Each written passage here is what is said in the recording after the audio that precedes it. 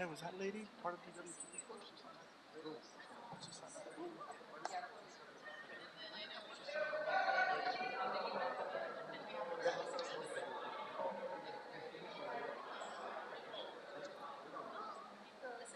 Oh, that's all.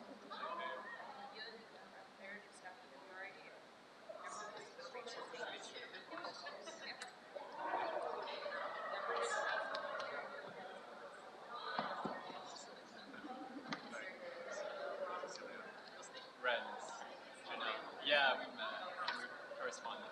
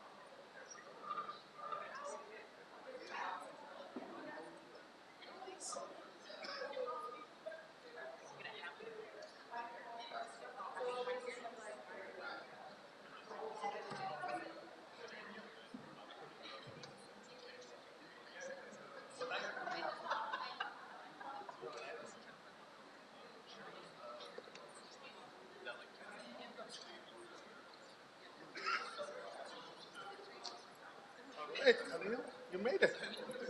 I thought you were gonna pull out. Uh, my wife Nancy.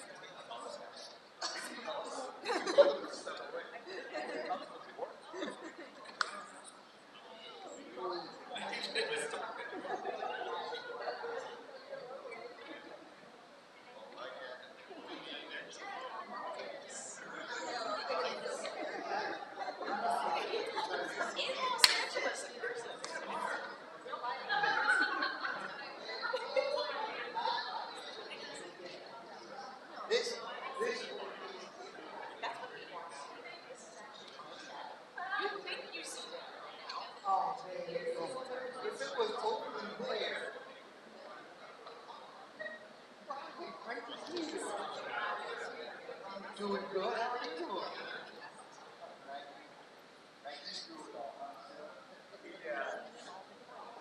What do you get?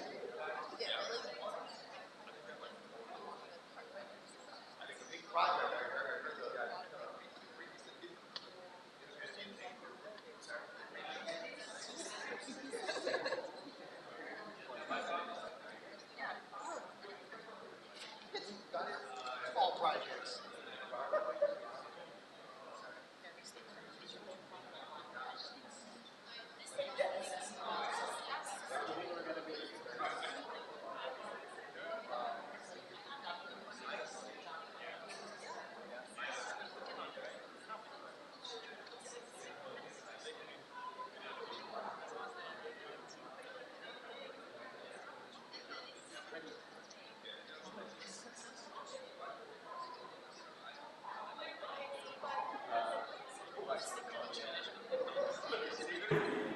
Audio test 1, 2, 3.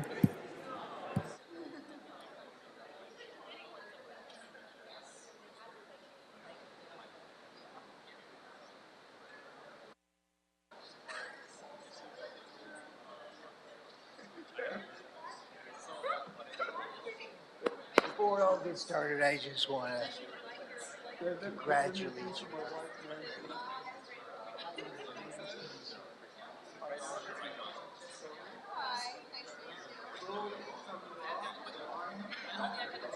It's okay.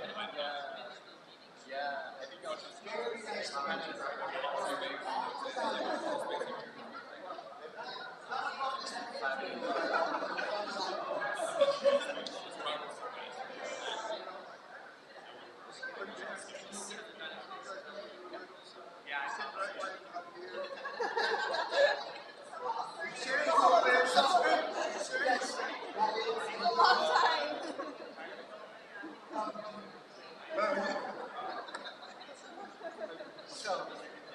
Well, very nice to meet you. I'm not going to be long. Not many people do.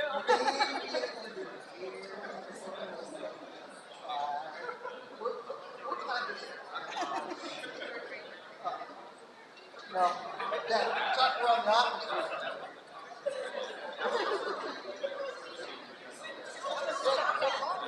That's not the one. Because you'd say, oh, you know, like, This is all next year for sure. Oh, yeah, that'd be disgusting. more than that. Probably like 4 years.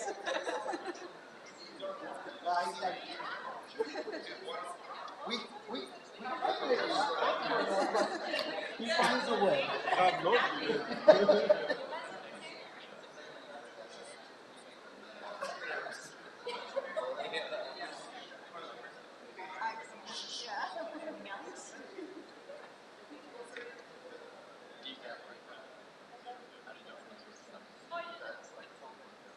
If it's ever downtown, but if you ever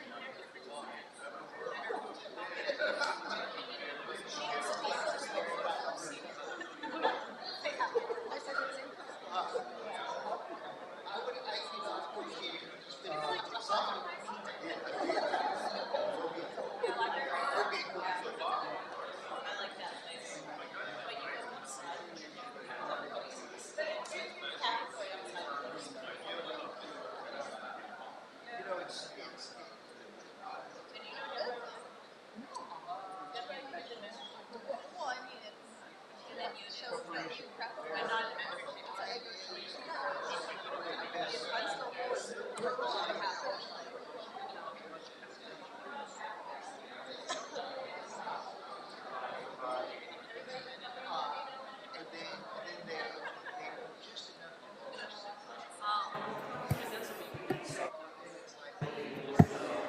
Good morning to everyone who's joining us physically in the Board of Public Works hearing room. If there are any members of the public who would like to offer commentary on any of our items this morning, please fill out a speaker card located in the back of the room on the table. Indicate which item you'd like to speak on and hand it to me. Good morning as well to the attendees who are joining us via the virtual Zoom platform. If there's anyone joining us via the Zoom platform who would like to speak on any of our items this morning or offer a public comment, please press *9 to raise your hand, *6 to unmute. I'll record your name for the record and which item you'd like to speak on. And I do see a hand raised for a caller ending in 264. Caller ending in 264 on a Zoom platform, would you like to offer commentary on one of our items or public comment this morning? Public comment. And your name, sir? James? Very good. I'm going to go ahead and put you back on mute, James, and I'll again ask you to unmute once we get to public comment. Is there anyone else on our Zoom platform who wishes to offer public comment or commentary on any of our items on our agenda this morning? If so, please press *9 to raise your hand, *6 to unmute. Identify yourself for the record and which item you'd like to speak on. And seeing no additional hands raised, we should get started in the next 7 minutes. Thank you.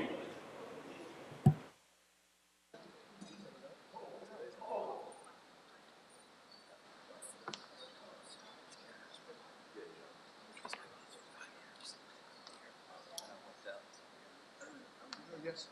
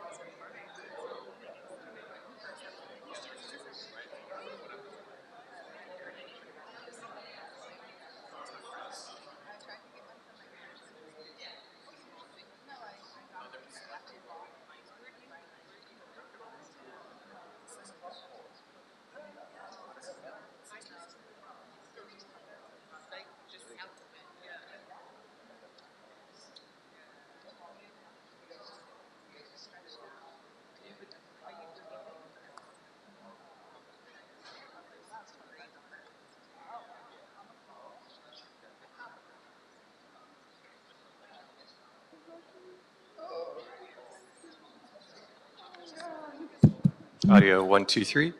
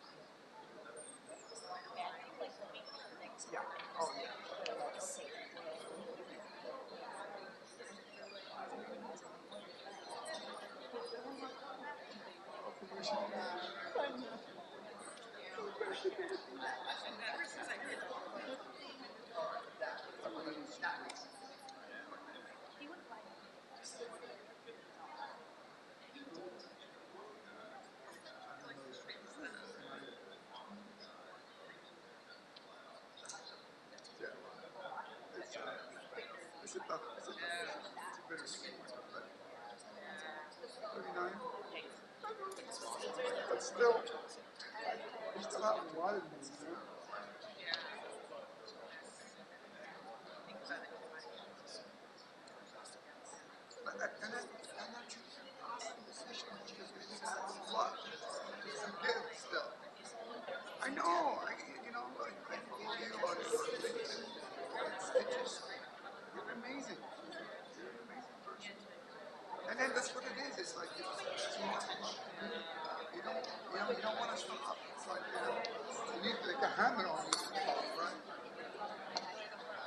That's right now. My wife has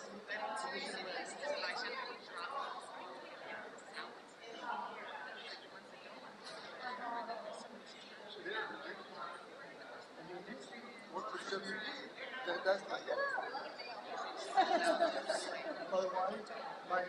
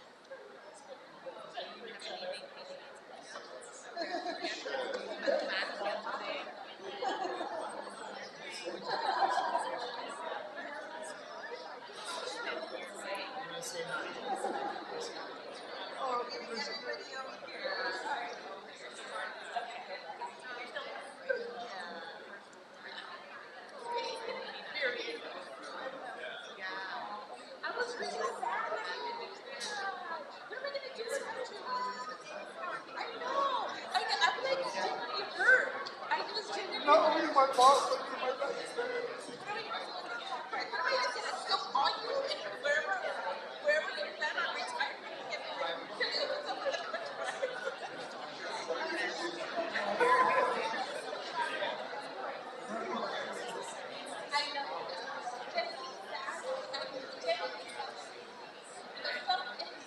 Hey, how are you?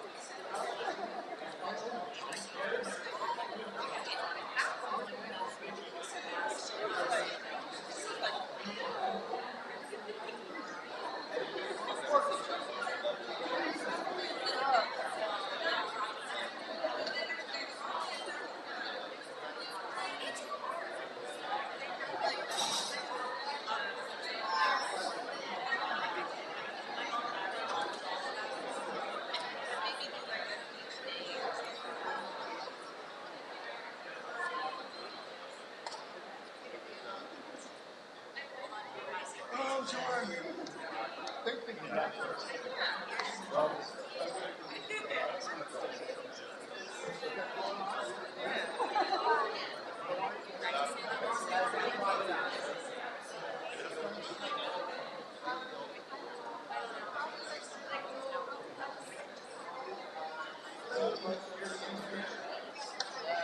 You're doing the presentation.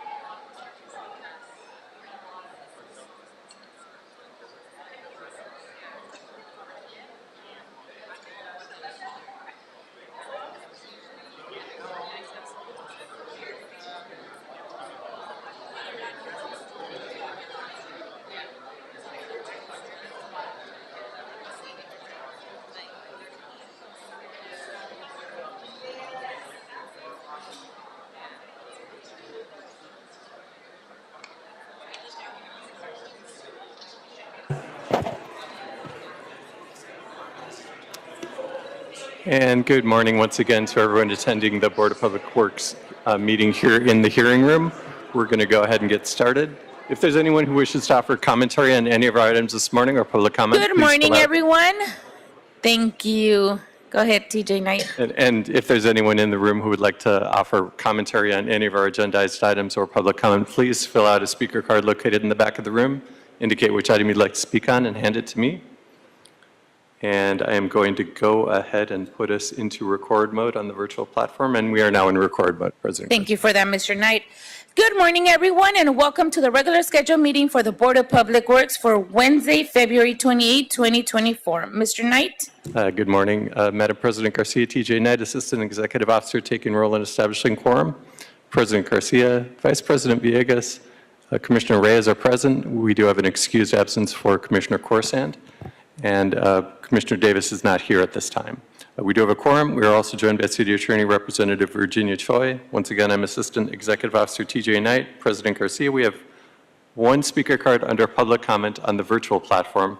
We have no comments in person under public comment. We have no neighborhood council commentary and no speaker cards under any of our items on our agenda this morning. Very well, thank you for that. Given that we do have one general public comment, let me take that now. Before I do that, thank you everyone for being here. Good morning to everyone, and it's a joy to be here on a Wednesday morning, not a rainy morning, so that's a good thing. I will ask, if possible, if when you come out of the room, to just make sure that the door doesn't slam shut behind you. It just causes a little bit of a disruption here when it does. Thank you for that. And of course, any cell, please put them on low ring or mute. Other than that, we do have one public comment via the Zoom platform, right, Mr. Knight? Yes, that is Okay, correct. let's take that now. Caller James, caller ending in 264, James. Go ahead and unmute, press *6 to unmute, and you have 2 minutes to offer your comment. Hello. Yes, this is James, and I have a comment, and it's concerning the mobile restaurants on our sidewalk here in Pacoima at 10455 Laurel Canyon Boulevard. Two of the restaurants approximately have 5 people working in them. Big operation, big canopy, but nothing seems to be done on the enforcement side of it, which would be the Bureau of Street Services. I understand that the Bureau of Street Services does not cite people who do not have permits or health permits, or cite them for tables and chairs on the sidewalk or grills on the sidewalk. So it seems like permitted vendors or mobile restaurants can be on the sidewalk together with permitted ones. Unpermitted ones can be with permitted ones. And that I don't see why you would get a permit, because you have no protection. So I don't understand why we have them even doing anything, because it doesn't seem like they are. There doesn't seem to be any kind of safety for the residents of the area. They don't seem to enforce the residential areas, because we have a lot of them that come to the church and block the public right-of-way, sit in the street, creating a very unsafe environment for the vehicles and the people who are vending in the street. We have something in the 311. It says people selling products outside of an enclosed building, e.g. street, sidewalk, or parking. This is what's going on, but I guess you guys don't enforce this, but you do have it on your 311 app as a violation. Also, parking spaces that are removed due to these mobile restaurants and vendors, that is also something you don't enforce, which they're also doing. They're blocking the first 2 minutes. responder area. That's 2 minutes. Thank you, okay. James. All right, thank you. And that concludes our public comment this morning. Thank you for that, Mr. Knight. Public comments now officially closed. Moving on to the first item on today's business, which is the approval of the minutes of Wednesday, February 14, 2024. Is there a second to my motion to approve this item? Second. Thank you, VP Villegas. Mr. Knight, there's a first by me and a second by Vice President Villegas to approve the minutes of Wednesday, February 14, 2024. Very well. We'll take a roll call vote. And I would just like to note for the record that we are joined by President Pro Tem Davis at 10:19 a.m. So roll call vote on the approval of the minutes, starting with you, Madam President. Aye. Vice President Villegas. Aye. President Pro Tem Davis. Aye. And Commissioner Reyes. Aye. All ayes, and the approval is approved. Very well. Thank you for that.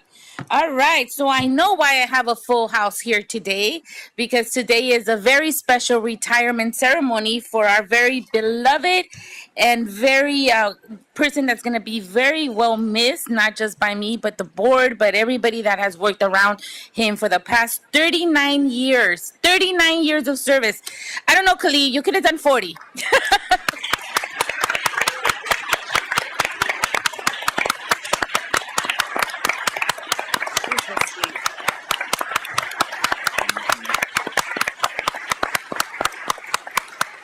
Wow. Khalil Garillo, Sanitation Solid Resource Manager 2 from the Bureau of Sanitation, serving for 39 years with us here at the Board of with Public Works. Thank you so much, Khalil, for your time and for your service. And I think I have very special people here that want to speak. So can I get GM Romero here? And I believe, Bob, are you here too? Come on down, Bob, and come on down, Khalil. And we have a certificate that we can give Barbara that will make sure that we get it. So we'll start with our General Manager, Barbara Romero, Bob Potter, and then, of course, anyone else that wants to share and express their long-lived service with Khalil and who are going to deeply miss him.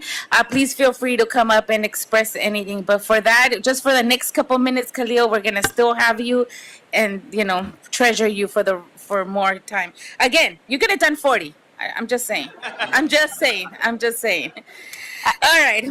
So actually, last Friday, good morning, Barbara Romero, General Manager and Director of Valley Sanitation and the Environment. Last Friday, Council President Krikorian held a luncheon for those city employees that have worked, who are working, not retiring, working, and have either 45 and up in years of service. And so Khalil, he told us that someone's going to continue that that luncheon for next year. So, and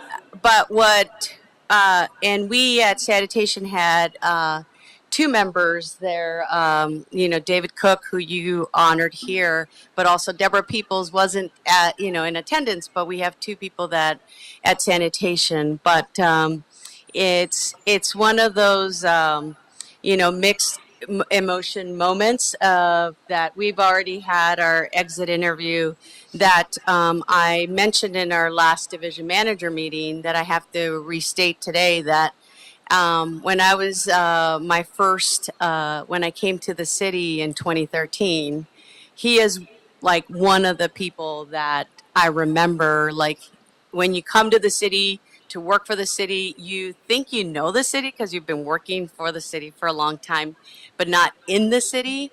And the amount of information that you need, and you rely on capable, energetic, innovative people to help you do your job. And Khalil, was one of those significant people at the start of my city career here, even if it's, it was only in 2013, but I feel like, those are like those years were very critical time in my professional career here at the city of Los Angeles. But I know that you have a full house because that's the impact that he actually has, is going to be part of his legacy, is sharing that enthusiasm and that wonder, and to come up with solutions he loves what you could tell that he loves what he does, and everybody that he works with, like up and down, he has a following. And so it is with mixed emotion that I want to say thank you and celebrate, and that we'll miss you. And he, he did offer his cell phone, his personal cell. So I'm definitely taking him up on that offer, because as you know, especially with a hiring freeze, we can always use that wisdom and in days where we come to work and we come to really, try to serve the city of Los Angeles, and you need someone else's perspective. Khalil is one of those people that comes to mind. And I just want to say thank you from sanitation, but also from the city of Los Angeles for your service, and more than anything for the love and joy that you have brought to the work here in the city of Los Angeles. Thank you very much.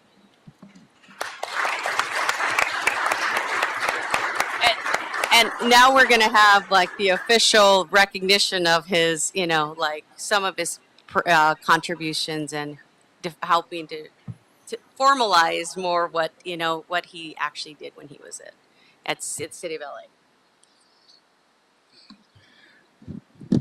LA. Good morning, Commissioners, Bureau Representative, City Attorney, Executive Officer. I'm honored to be here to represent LA San alongside the Board of Public Works in presenting a 39-year service retirement award to Khalil Garrios. I pondered on how to put 39 years of service into one page, maybe 2 pages, but I'm at 3, and that was the best I could do to condense it. So Khalil has had an exceptional career with the city, which spanned 5 decades, beginning in the 80s and ultimately ending here today in 2024. Khalil, don't do it. Don't do it, because I told him I'd cry too.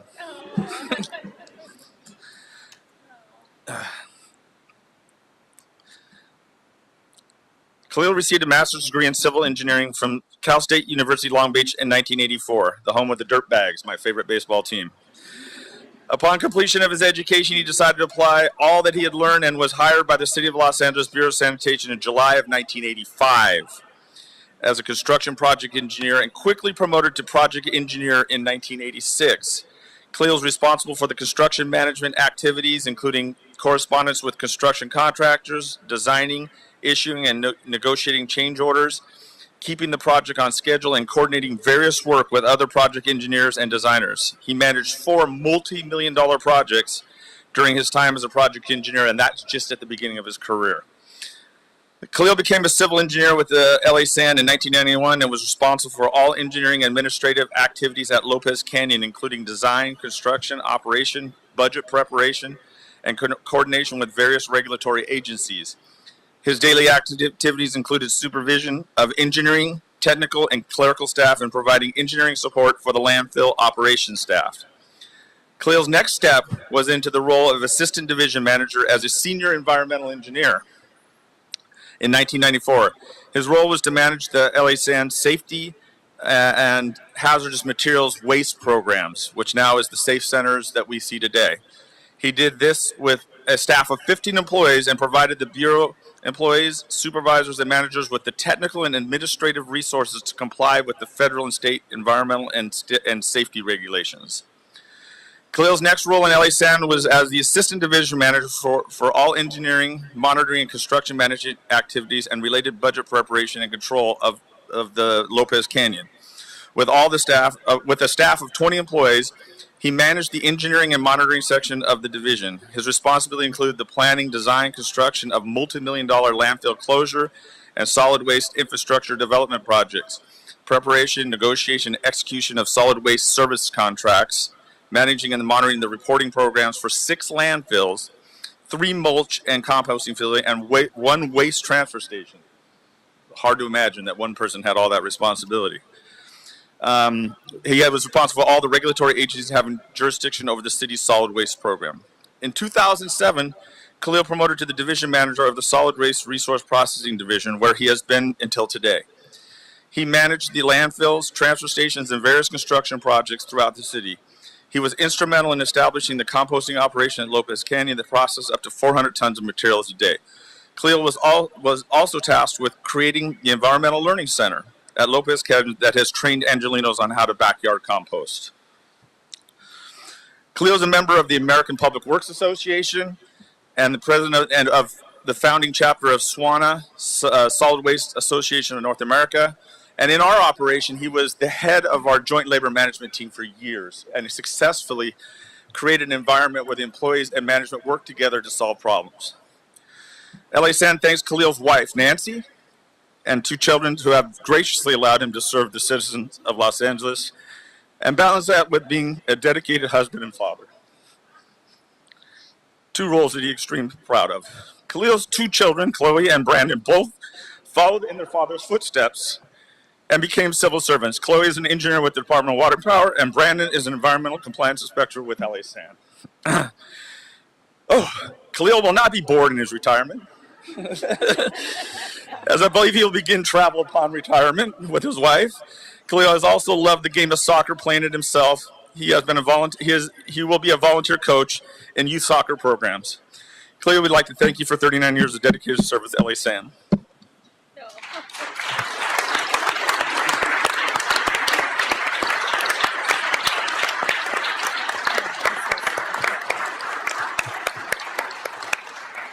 Don't do it.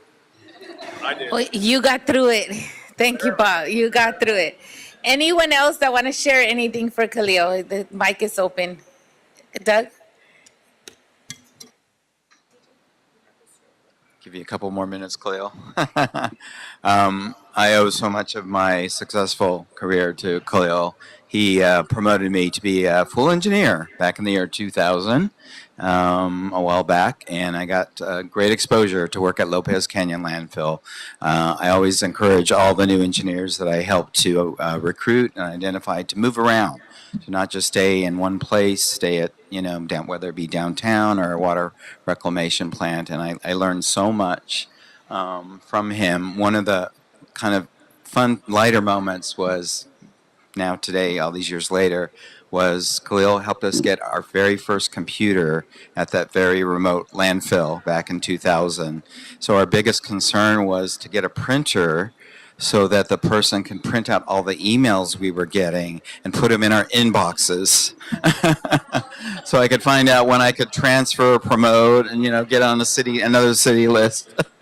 And that's what we had to do back then, 24 years ago now. So great person to work for, very detailed, committed engineer. I know he was so anxious for the former division manager to retire so he could make things go right and even better, and which he did.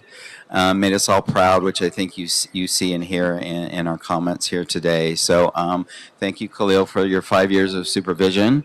Funny story, I hope he won't get mad at me, but like his hair color was my hair color back then. And with all the stress of maybe working out in the field with all kinds of different classifications than engineers, things kind of flipped around. But I think we learned a lot from each other. I think we still appreciate and adore all the things that we do in the solids world, which often isn't what makes the front pages or, is considered very appealing, right? We have this sort of, throw your trash in this, in the bins, and then we all forget about it a lot of times as Angelenos. So we've been trying to do great work for the 4 million Angelenos and teach people, transform Lopez into this great compost facility. And hopefully some of you have been there to see it, and providing green jobs to the people that work there and the green mulch for all of our residents. So it's really a wonderful success story. And working with some very sensitive communities up there who are very, nervous about all the noise and the odors that used to be there when Lopez Canyon was open. So it's a great story. Hopefully you'll write a book, or some of us will in the near future, but congratulations on everything you've done and your beautiful family. If many of them need jobs, I've got openings. So thank you very much for your time, and thank you, Khalil, for your entire 39-year career. Thank you.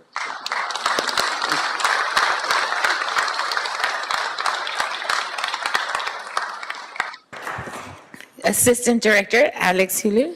Well, good morning, Honorable Commissioners, Alex Helu. And I promise you, Khalil, I'm not going to make you cry because I'm not as good as Potter. So, but, I'm not here to say goodbye. I'm really here just to thank you for an amazing 39 years career with the city of Los Angeles.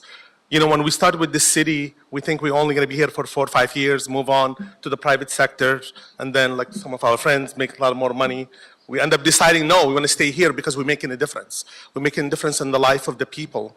From the time we joined the city of Los Angeles, the air quality 39 years ago compared to what is now.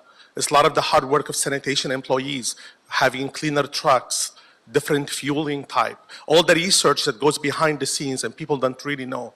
That not only we do the hard work picking up the stuff on the street, but also mulching to clean up, to reduce the amount of greenhouse gas that's going to the landfill. So, so thank you for amazing, and you may not know this, but you're one of the cornerstones of the Solid Resources Program when it started.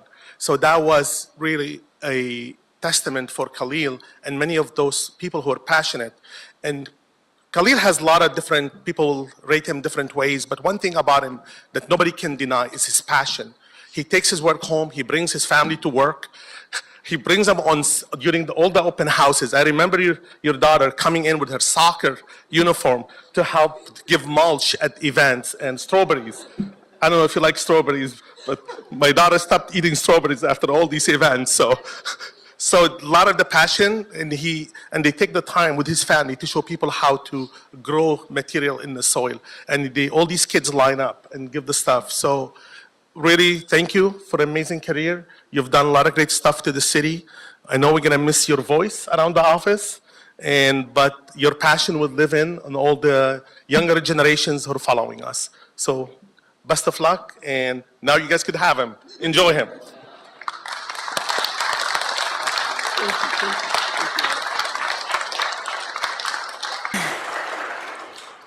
Come on down, Mr. Myers. Haven't seen you for a while.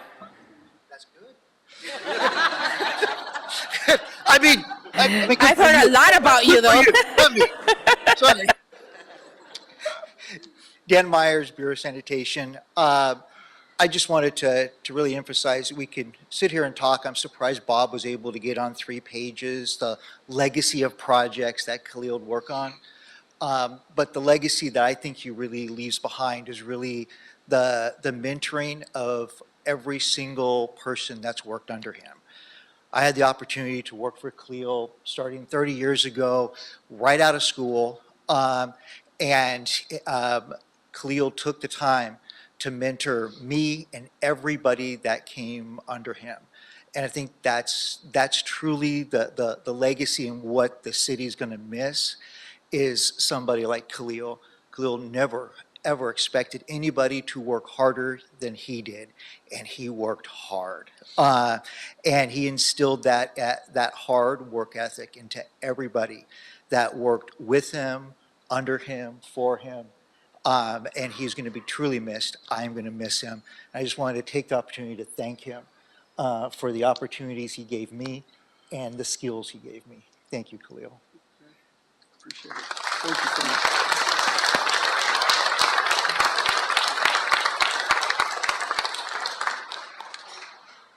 Khalil, not quite. Oh, come on, Nicole. Hi, good morning. Assistant Director, Nicole Brinson.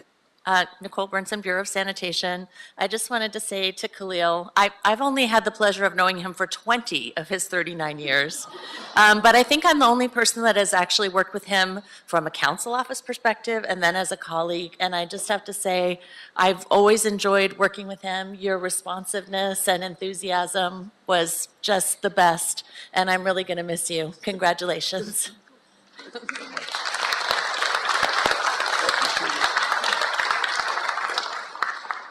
Khalil, you had 3 of our assistant directors here so far, and our general manager. That's heavy duty right here. High paying cost. Go ahead, Mr. Sim. Miguel Zermeno. I'm the assistant division manager under Khalil, my boss. And I've been with him for 7 years and a half. And before coming to his division, people were telling me, are you sure you want to go over there and transfer and work for Khalil? I said, yeah, what's wrong with him? Man, you better be careful when you go inside his office. I said, why?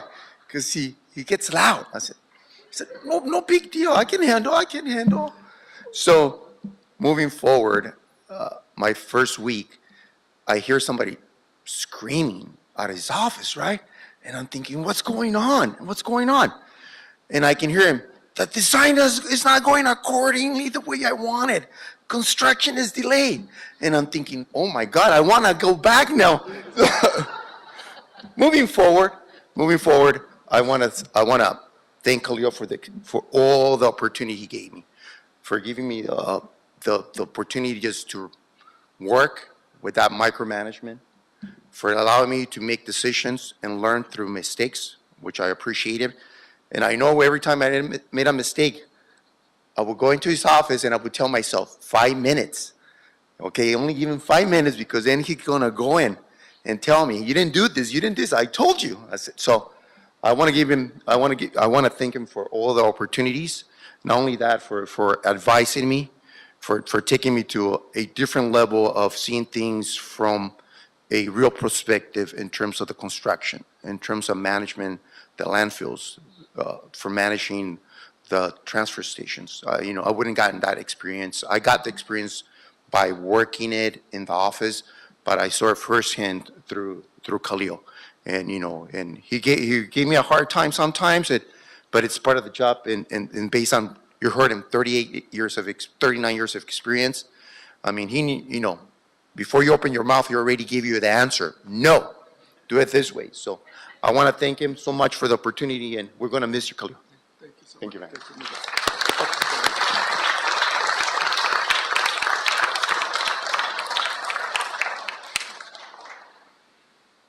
Good morning, Commissioners. Reina Pereira with Sanitation. I would just like to share that as a young fledgling engineer under Khalil, he was the senior engineer at the time, and there was a full engineer between me and him, which I was grateful for at the time, because I'm like, oh man, Khalil is tough. And then 6 months later, the full engineer quit the city to go work for private. So I'm like, oh no, now what am I going to do? But Khalil, thank you for your mentorship, because truly he forged my my attention to detail.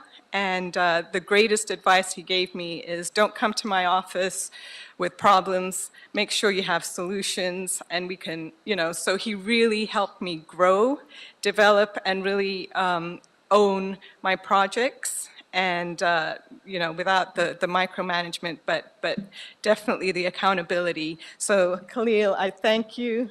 And I'm really grateful for your mentorship, your advice, and your friendship throughout the years. And thank you for sharing your family with me. He's very dedicated to his family. Chloe, Brandon, I remember you when you guys were 3 and 5 or something like that at a Christmas party, and beautiful family. So thanks, best of luck, and thank you so much.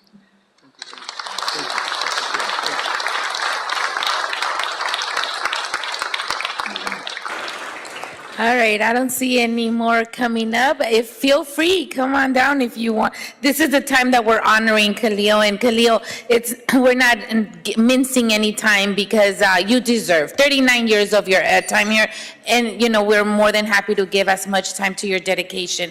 I'm going to take the commissioners, since I don't see anybody from the crowd coming up, but I'm going to take the commissioners, and then we're going to end with you as our honoree, and then we're gonna give out the certificate, and then take a picture as a group picture in the back, okay? But stand in the middle, that way we can talk about you. So I'll start with Vice President Villegas, Dr. Davis, Commissioner Reyes, and then I'll end it and then turn it back to you, so that General Manager Barbara Romero can read out the certificate for you. All right, Vice President. Thank you. Thanks. I'm just going to be an add-on, right, just to all the accolades, that we hear for today. Nothing but professionalism, always from you, and just your expert advice, and the way that you present your, the information that you're sharing with us is always just very accurate and a lot of detail.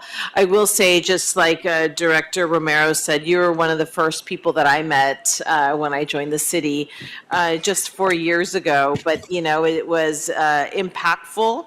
Having just a lot of experience in the past, just on many transfer stations, but your work doesn't go without being noticed. I just really appreciate just all the time that you took just to educate me on just the inner workings of the city and the ways that we use our transfer stations.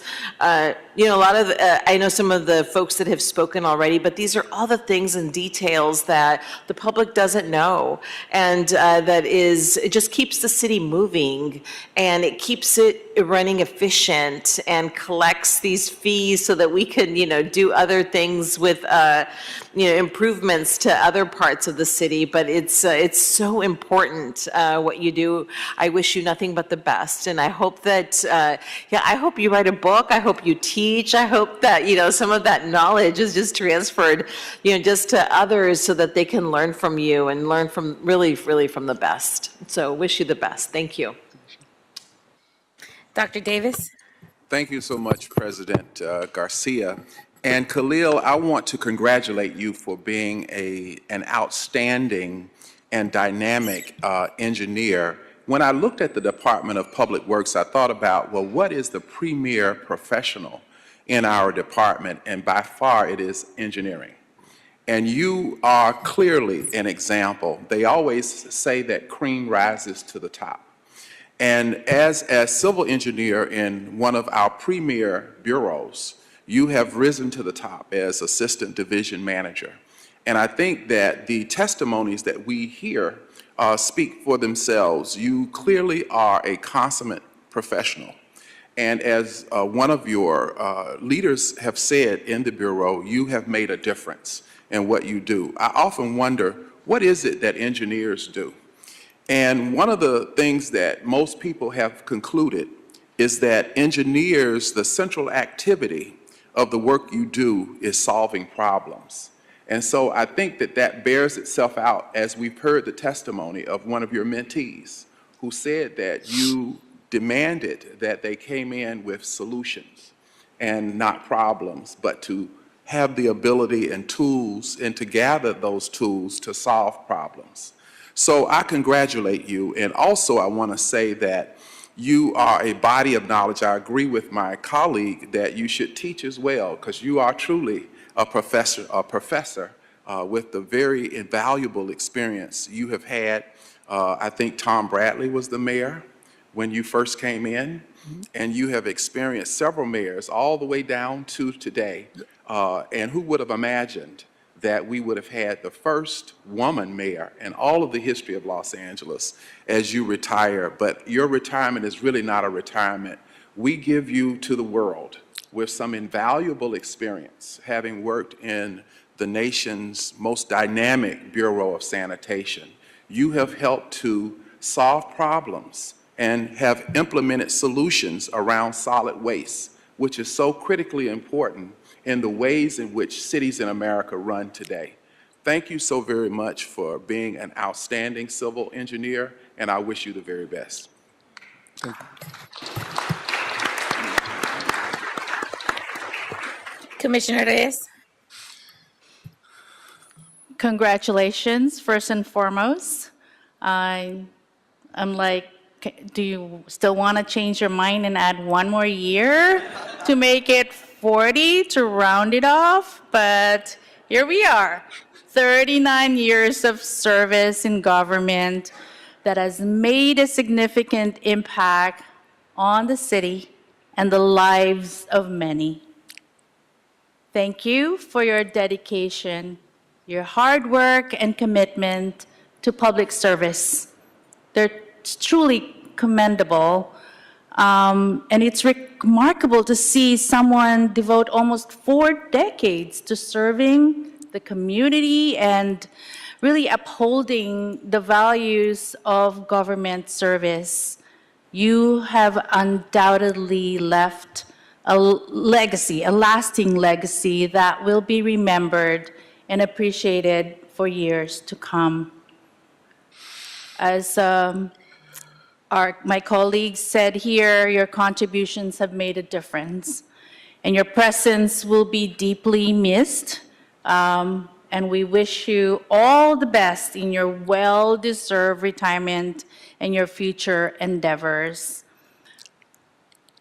I asked you earlier, what do you plan to do? And you're like, with a glazed look, like, I don't know. I want you to embrace that transition into retirement as a new and exciting chapter in your life. It's time to explore new interests or come back to work for us in a different role and explore opportunities. It's also time to always make sure that you stay connected with us, with your colleagues, with the community, so that you can find some other types of fulfillment. You have already worked a lot, but continuing that passion that you have, I think, will really be good it's for the best interest of your family, for yourself, and for the community.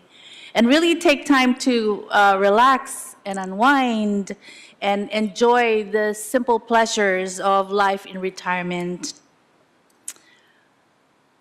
I have really some reservations about you leaving, having worked productively with you. Your dedication and hard work and positive attitude and your passion have not only made a difference in the workplace, but have inspired those around you. It has inspired many lives, as we've heard the testimonies here today. Your commitment to excellence and unwavering support have been invaluable. Thank you, Khalil, for your outstanding contributions and for being a true asset to the team. Your presence will be deeply missed, and your legacy will always be remembered with gratitude. Thank you from the bottom of my heart, and congratulations. I'll wrap it up, and I'll be really quick and brief on this, because just to add on to Commissioner Reyes, I don't just have reservations, I have questions, concerns, issues. I have all kinds of just mixed emotions going on, Khalil. Khalil, you were one of the first folks back 7 years ago who really embraced my commission seat, and I really want to say that we worked a lot and hard in the Lopez Canyon, and I felt very comfortable knowing that you were there. Plus, Lopez Canyon is my neighbor, so I was always like, yeah, Khalil's there. Now I don't know who to call, and I double checked that I had your cell phone before you leave. By the way, I hope it's not your work phone. I hope this was your personal phone, because I'm going to call you. And I just want to say that, everybody talked about your professionalism and all the accomplishments that you did professionally, and you will always take that with you. And you can walk around the city and show your kids and your grandkids, at this point, mostly your grandkids when they come, just all the things you did. And you can talk about what you left behind in the second largest city of the nation. But I want to turn to your personal and your heart. You showed that tremendously for, I imagine, if you have this much energy now, I'm sure 39 years ago you had a whole lot more energy. So you were showing way more. And I just want to say that your heart and your personality combined with your professionalism and your education has really made you one of the top brass public servants. And with that, it really breaks my heart to see you go. There's just, a lot of people that you really get connected with, and you were really one of them. So thank you for helping me be a good president, but also just thank you for the love, commitment, and that stuff that you don't get paid for. for all that stuff that you did throughout your time. You really have made an impact in my personal life, but an impact in just the entire public works, and an impact to 4 million residents that don't know you and probably will never know you, but you have made an impact for them as well. So thank you, Khalil. It's been a pleasure working with you all these years, and I wish you nothing but the best to you and your family. And I know everybody's asking you to write a book and teach, and I hope you do all of that, but the quickest thing you can do is do YouTube channels. Everybody, you will get famous and everybody will know, and you do 10-minute videos and you'll solve the world that way. Everybody looks at that. So just an addition thing for you to do once you have a lot of free time. But with that, everybody, thank you so much. We turn this over now to Khalil on his last addressing the board. Thank you.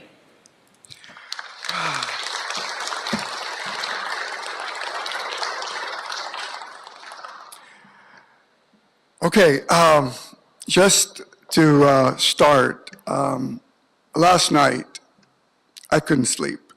I could not sleep. I got up so many times and I tried to mock my speech, my last speech in front of you. And I just, back and forth, what should I do, what should I say? Hopefully I don't break down, but I know I'm gonna say as positive as I can. President Garcia and commissioners, I can't be any more grateful for you. Your positive attitude, your support to me and my team when we're here behind this podium, is absolutely remarkable. You work with us, you don't talk over us, you listen to us, and you guide us. And that's the commission that everybody should be hoping for. And I thank you so much from the bottom of my heart. I'm gonna miss you all, every single one of you. Thank you so much. If I can may also, I'd like to acknowledge my family. I know you all, most of you met them, but I would like to just stress on first introducing my wife, Nancy. I can't say enough about my partner in life, my partner in business, my partner in everything I do. Her support is the reason I'm here this morning. I can't say enough about you, Nancy, and your support. I love you so much. And I'm looking forward to the remaining chapter of our lives. I know we're gonna have fun together. I really appreciate all your support. You're my rock. Thank you so much, and I love you. My kids, starting with my son, Brandon, and his wife, my daughter-in-law, Angela. And next to him is my son-in-law, Brian, and my daughter, Chloe. And as I shared with you, they're all second-generation city family. They all work for the city. They cover the harbor, the Department of Water and Power. And most proudly, I'm going to be biased about this, is sanitation. And I'm so glad that we have Agario still in sanitation, so this name will be still around after I leave. And thank you for working for sanitation, Brandon. And next on my list is my big boss, Barbara. I can't thank you enough for your support. You're now been my boss for the last 2 years. But I know I worked with you and I worked for you the last 11 years that I remember. You were sitting right here when we first met. And then from there, you left and you went to the mayor's office as deputy mayor of infrastructure. We met so many times and I had to just give you so many presentations. Your mentoring to me is amazing. And I learned so much from you. And I appreciate every moment. And then thank you so much for all your support. I appreciate it so much. Thank you, Barbara. And all the executive staff. I know Alex and Nicole here. Thank you so much. And then last but not least, my boss, Bob. He's not only my boss, you know, I am so glad that he's been my boss for a year, but we've been friends for the last 20.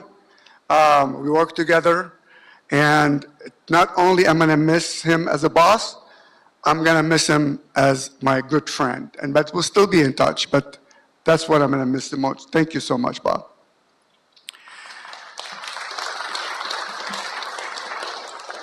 Lastly, all my colleagues, everyone here, thank you so much for being here.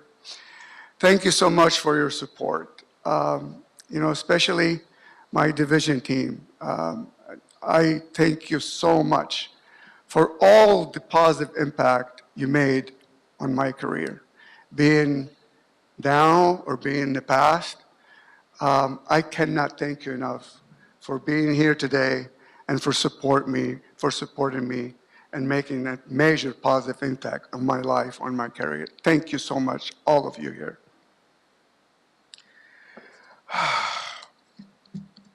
Now it's me, 39 years. You know, when you say 39 years, that's a lot of years. You know, it's a lot. But to me, to be honest, it's like a blur. I've been sharing that with all my team, my friends. I honestly still remember the day I was hired. I still remember the day I was being interviewed. I don't know if some of you know, some of the older people here know Rod Haraga. He's the one who interviewed me at Cal State Long Beach. And then when I got into that interview, it's like, you know, I closed my eyes, I can remember that. I only had one suit, it was a black. And then my wife would attest to that. And I had black tie. So when I got into the interview, Rod looked at me and said, "Are you coming to a funeral? You're supposed to be coming to an interview."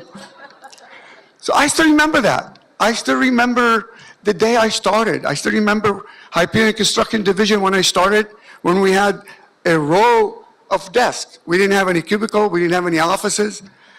It was like yesterday. And the reason I'm sharing all that with you because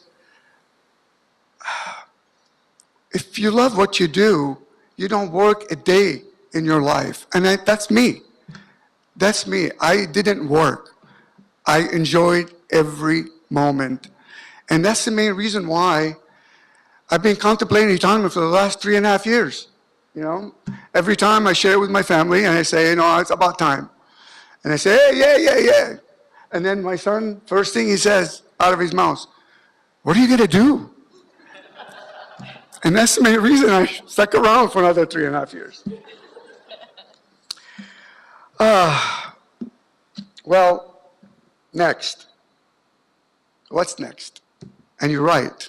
The first answer was, I don't know.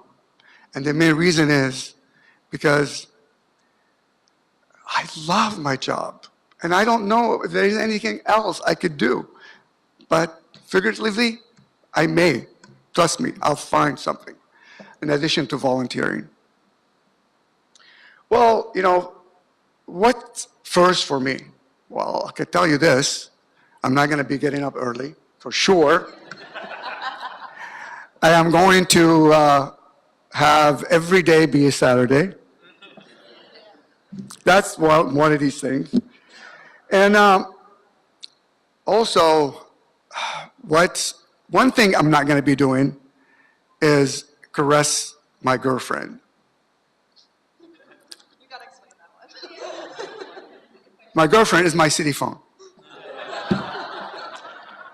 My wife calls it my girlfriend because it's always on my side, no matter what we're doing, being at the restaurant, being at home, wherever we go, my phone is my hand. It won't be any more girlfriend, so we broke up. You're dump her.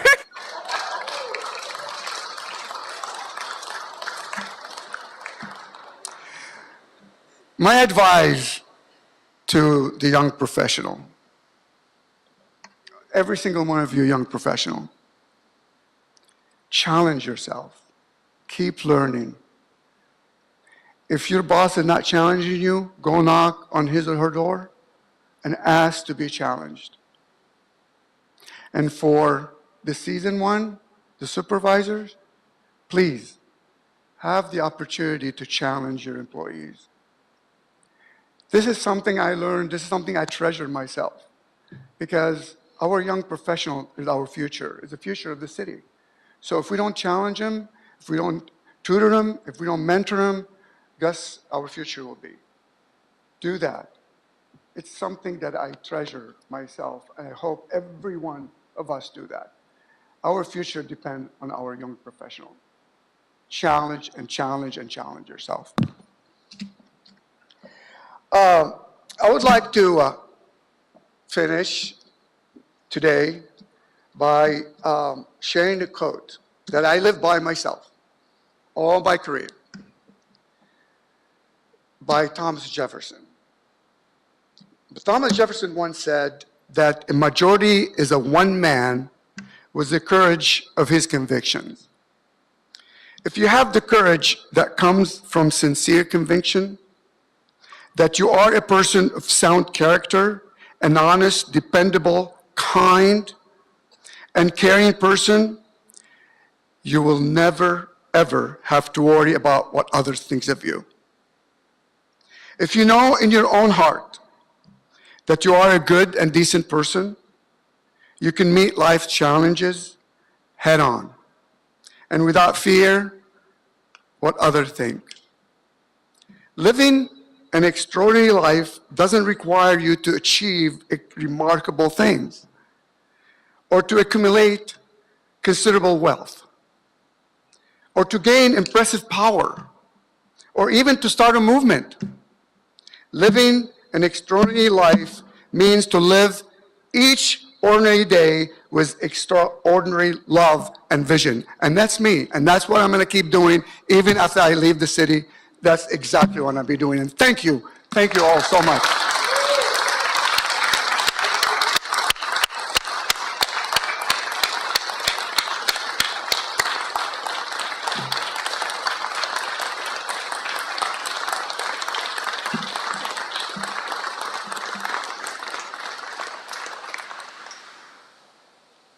Thank you so much. I'm going to miss you so much.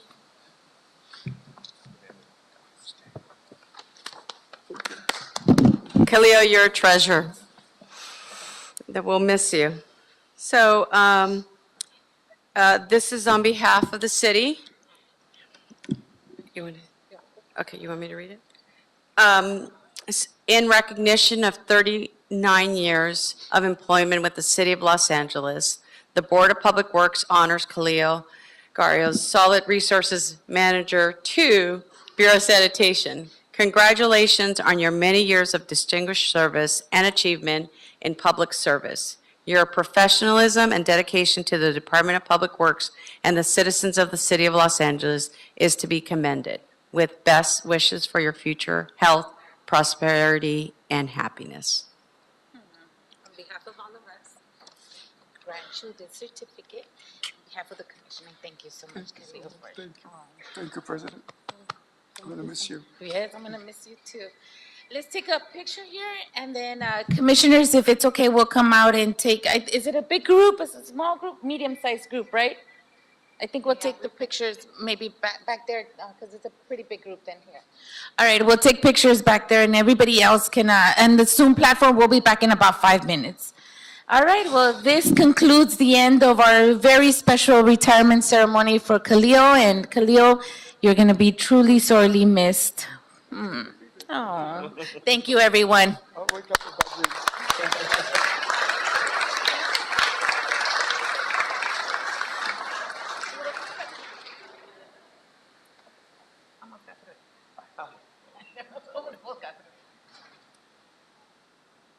Take a picture with you.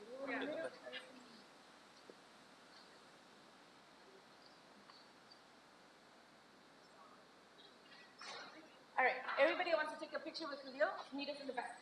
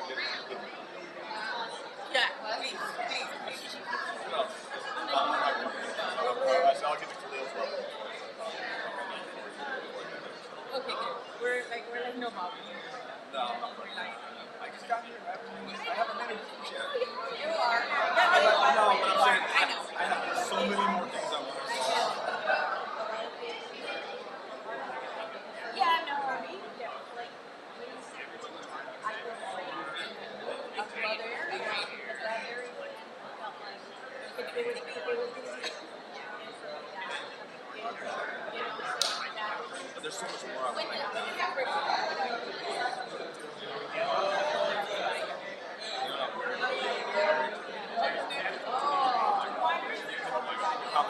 in our house every day. We laugh about it too. Yeah. Oh my God. You know, if you're with a Leo, you don't even know you're competing. Then you're competing.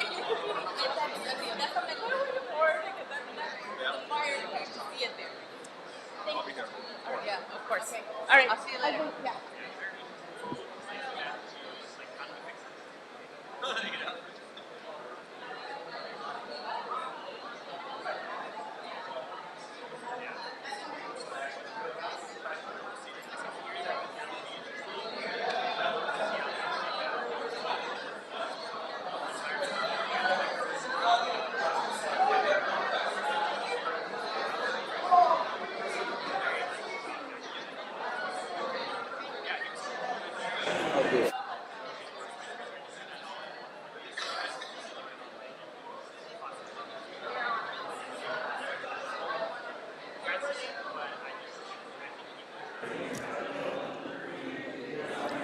All right.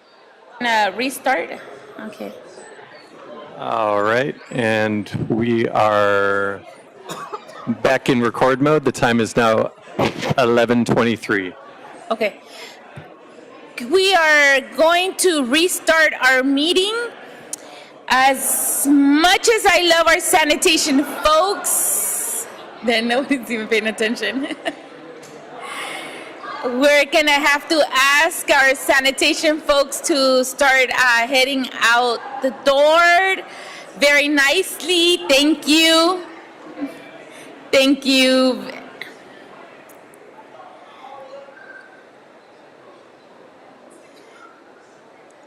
What are you looking for? Okay. All right. Well, thank you everyone for those very special ceremony. It's always so hard to pivot and now go back into like our normal business when we just had such an emotional morning with our saying goodbye to a fellow sanitation employee who has been with us for 39 years. So I just want to say that it's never, we never mince our time when folks have really dedicated so much time and effort to the city, but it was really full of emotions, and so it's always so hard to just turn around and now start with agenda item number 1. So agenda item number 1, Bureau of Engineering in Council District 6, sole source task order solicitation, HDR Engineering Inc., Sepulveda Basin Lake Balboa Irrigation Project.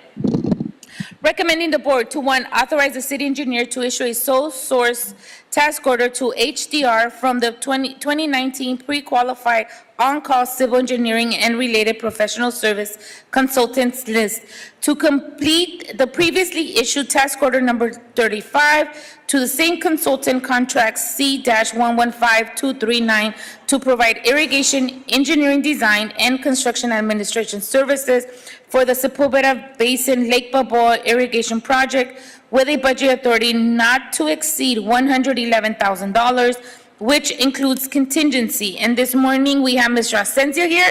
Good morning, sir. Haven't seen you for a while either, and good to see you here. Welcome. Thank you, President Garcia, commissioners, and most welcome guests. Being the first one is always a tough act to follow that, so I'll do my best here. You're on your own on this one. Yeah. My name is Marcelino Asensio. I'm a senior civil engineer with the Bureau of Engineering. This project here is a Prop K project and is for the design of, initially it was for the design of damage irrigation at Lake Balboa, which is 67 acres. Just to put that into context, how big of an area that is, that's about 51 football fields, so it's a very large area. Transmittal number 3, which is part of the package, shows a map of the area, so you can kind of get a sense of it as well. The project was for design and construction administration services. Initially, that included a field investigation, looking at what was damaged, surveying the area to just get an assessment of what needed to be repaired. There was additional client requests for damages. There was discovered that golfers had chewed through a lot of wires of the irrigation system, as well as discovering that the main line that distributes water throughout the whole area was damaged as well. So That, in addition to the design for specific specifications for Rec and Parks, who's our client department, as well as equipment specifications that were required. And then eventually it was determined that the entire system should be replaced instead of just damages, because there was just a lot of disrepair in certain areas. And so the request is currently the design is at 80% complete. And the request would be to authorize and proceed with a phase 1, which is again identified on transmittal number 3. And the reason being is our construction authority is $2.5 million. And to replace the entire system, again, 67 acres is about $12 million. So what the recommendation is to isolate one phase so that we can use that $2.5 million, repair part of it, and then we will seek additional funding for the rest of the area. Currently, if we are authorized to proceed with the completion and isolation of phase 1, we would complete design and construction by the end of this year for phase 1 specifically. And that concludes my presentation. If there are any questions. Thank you, Mr. Asensio, for that very good report that you just provided us. Any questions, colleagues? Hearing none. The damage that has happened there, that's just been over the years? Yeah, it's occurred over several years. I mean, 5, 7, 8 years. And then it was also, like I mentioned, recently discovered there was some damages from some golfers and some wildlife. So really doing an assessment, and because it's such a large area, we actually had the boots on the ground to go and investigate each area, which took quite a bit of time. And then once you started kind of doing your assessment for your design and seeing what needed to be repaired, it was just discovered that there was a lot more repairs that were needed than what were initially assumed. Got it. Okay, I don't have an issue with this. Any concerns? Hearing none. Is there a motion on the table to move item number 1 forward and forthwith? So move. Thank you, VP. Is there a second? Thank you, Dr. Davis. Mr. Knight, there's a first by Vice President Villegas and a second by Dr. Davis to move item number 1 forward and forthwith. Very well. We will take a roll call vote on item number 1, starting with you, Madam President. Aye. Vice President Villegas. Aye. President Pro Tem Davis. Aye. And Commissioner Reyes. Aye. All ayes, and the item is adopted forthwith. Thank you so much, Mrs. Asensio, and we will look forward to hearing more reports on this. Sounds good. Thank you so much. Thank you. Have a good day. Moving on to item number 2, this is a request in Council District 7, Maclay Street Reconfiguration Project Right-of-Way 3399-1A and 3399-1TC, Permanent Street Easement and Temporary Construction Easement Acquisition. Recommending the board to authorize the city engineer or designee to negotiate and enter into an agreement to acquire a PSE and a TCE affecting real property located on the northeast corner of Maclay Street and Gladstone, intersection Los Angeles, California 91342, also known as Assessor Parcel Number 2525-002-0314. Give me a second. It has got all over the place. Oh, no. For the completion of the Maclay Street reconfiguration project, and 2, authorize the Director of the Office of Accounting, upon the request of the city engineer or designee, to draw the necessary demand not to exceed $93,500 payable to the Gold Coast Masonry Construction Company to cover the cost of acquiring the permanent street easement and a temporary construction easement that are necessary to build the project. Ms. Parra is here this morning to tell us what you are doing. Thank you. Good morning. Welcome. President Garcia, commissioners, city representatives, and distinguished guests, good morning. My name is Janelle Parra. I'm the property manager of Bureau of Engineering Real Estate Division. The project is located at the northwest corner of Maclay Street and Gladstone Avenue, and the existing Maclay Street at this location is about 72 foot wide with 30 foot half width right away on the west side of Maclay Street. And in order for it to be in conformance with standard plan S470, a 13 foot wide acquisition is needed for this project. The requirements of an Avenue 2 street classification per Los Angeles General Plan. The scope of work for this project includes the construction of approximately 250 linear feet of 10-foot wide concrete sidewalk, curb and gutter, a retaining wall, curb ramps, asphalt concrete pavement, installation of a street light pole, relocation of an existing power pole with guy wire, removal of 3 non-protected class trees, and the planting of 6 new trees. The city will pay a negotiated settlement of $93,500 for the purchase of a temporary construction easement and a permanent street easement to the property owner. The offer of this purchase price is based on generally accepted appraisal principles and practices. The funds of $93,500 for the acquisition of the permanent street easement and temporary construction easement for this project is coming from the General Fund, Department 54, and appropriation unit number 00V819. That concludes my presentation, and I'll be happy to answer any questions you may have. Thank you, Ms. Parra, for that report. Vice President Villegas? Oh, I don't have any questions. Okay. I have one general question. Are we putting traffic lights there? I didn't hear you, but I just want to ask I that. have George weighing over here. Come on down, George. I'm going to be here for another item. Good morning, You can move Commissioners. it. Yeah, move it to. Okay, George Huang from the Bureau of Engineering. No, there won't be any traffic signals there, but there will be an four-way stop sign intersection. Okay, understood. Okay, I don't have any other questions. Any concerns, colleagues? Hearing none, is there a motion on the table to move item number 2 forward and forthwith? Thank you, Commissioner Reyes, and I'll take a second by VP.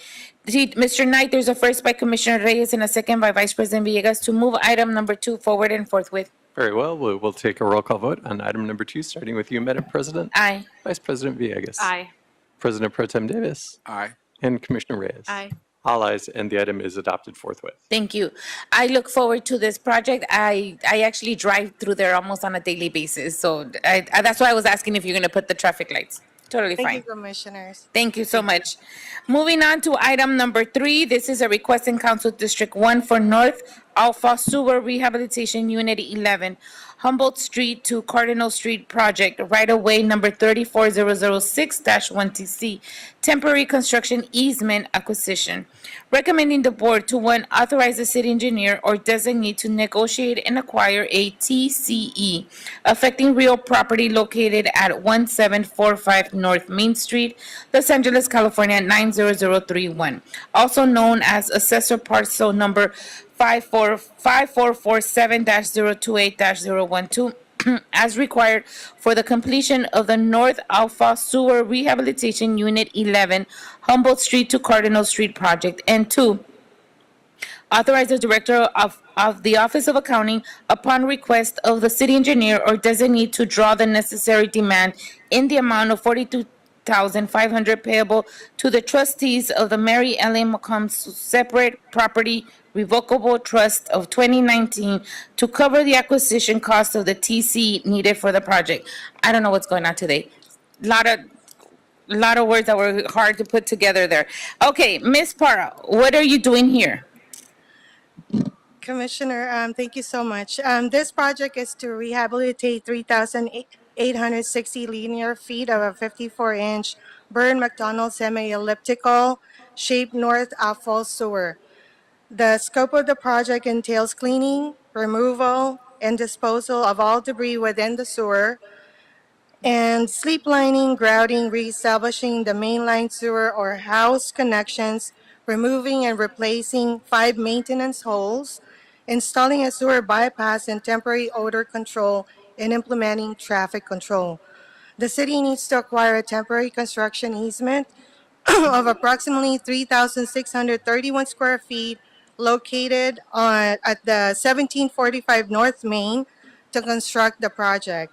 As shown in the Exhibit 1, or transmittal number 1, the construction of that project is scheduled to commence on September 2025 and end by May 2026.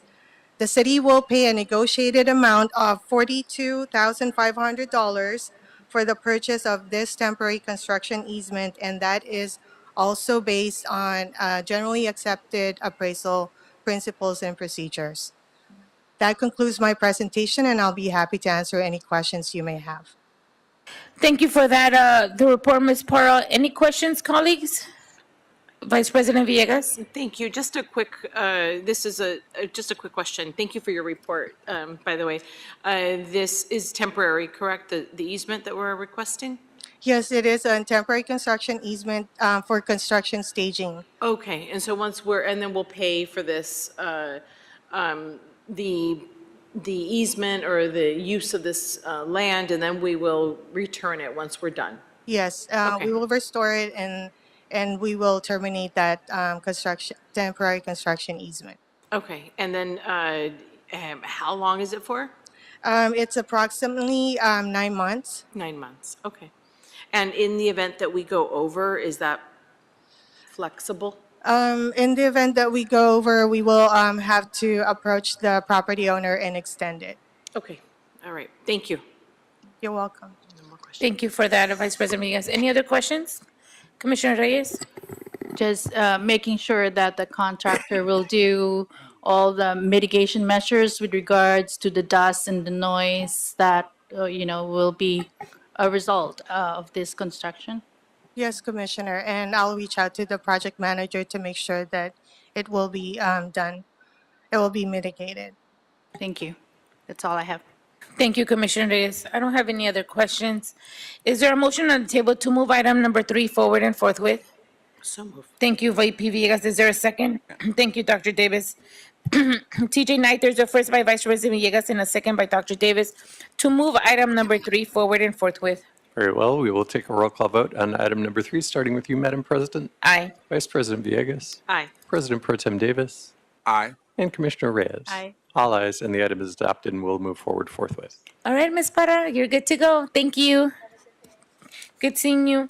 Moving on to item number 4, this is a request from the Bureau of Engineering in all council districts for a grant application alternative fuel programmatic support of the Los Angeles Clean Cities Coalition, recommending the board to, 1, approve and forward this report forthwith to the mayor and the city council with the recommendation that the city council, subject to the concurrence of the mayor, authorize the director of Bureau of Sanitation to apply for, accept, negotiate, execute, and submit all documents, including but not limited to applications, agreements, and amendments subject to the approval of the city attorney as to form which may be necessary to secure grant funds in the amount not to exceed $750,000 for alternative fuel vehicle programmatic support of the Los Angeles Clean Cities Coalition from the U.S. Department of Energy for the period of January 1st until December 31st, 2028. Authorize, that should be Bureau of Sanitation. So I'm going to make a technical change then. Correct? It's Bureau of Sanitation, not Street Services, right? Correct. Okay. Authorize the Bureau of Sanitation to continue to participate in the Clean Cities program by completing the redesignation process with the DOE expected to begin during fiscal year 23-24. 4, authorize the Bureau of Sanitation to receive, if awarded, grant funds from DOE or other selected DOE vendor and appropriate up to $750,000 in the Environmental Affairs Trust Fund, Fund 537, Department 50, Clean Cities Program Support.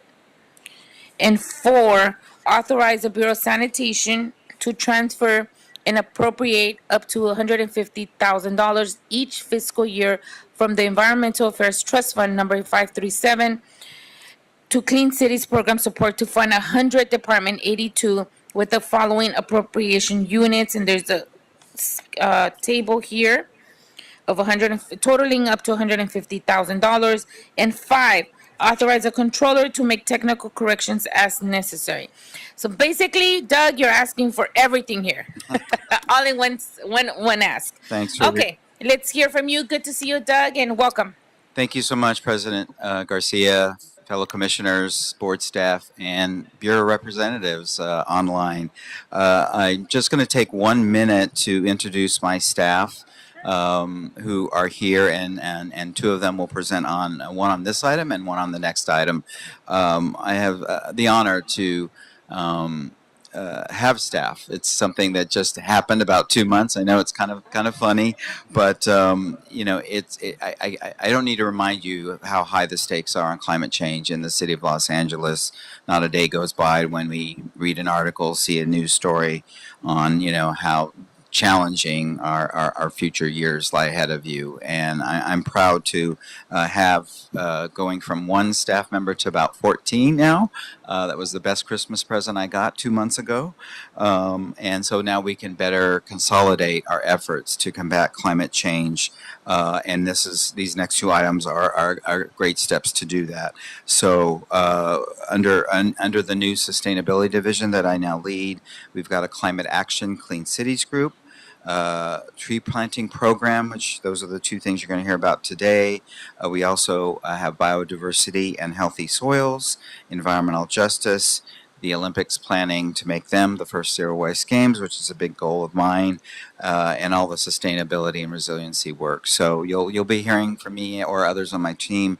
And right now for item number 4, I want to introduce Amanda Amaral, my environmental affairs officer, who's going to, I'm sorry, Daniel's first, Clean Cities. Daniel Brem, who's going to talk about the Clean Cities work and the money that's coming our way, followed by Amanda Amaral to talk about the tree issues. Thank you. I need my staff to keep me straight. Item number Daniel. 4. Thank you, Doug. So, like Doug said, my name is Daniel Brem. I'm an environmental specialist with the new sustainability division within LA Sanitation and Environment. I do want to comment, I'm sorry that our recommendations were so verbose. The program continues every few years, and the board report was submitted prior to my time joining the project, so I followed the lead there, so it was wordy. In the case of this item, the recommendations are mostly longer, I would say, than the actual request itself. This is a program called Clean Cities. Clean Cities and Communities, which is a Department of Energy organized program where they invite participating coalitions in good standing to perform activities, and they provide non-competitive grant funding to those coalitions in good standing. The program has existed with the Department of Energy since 1993.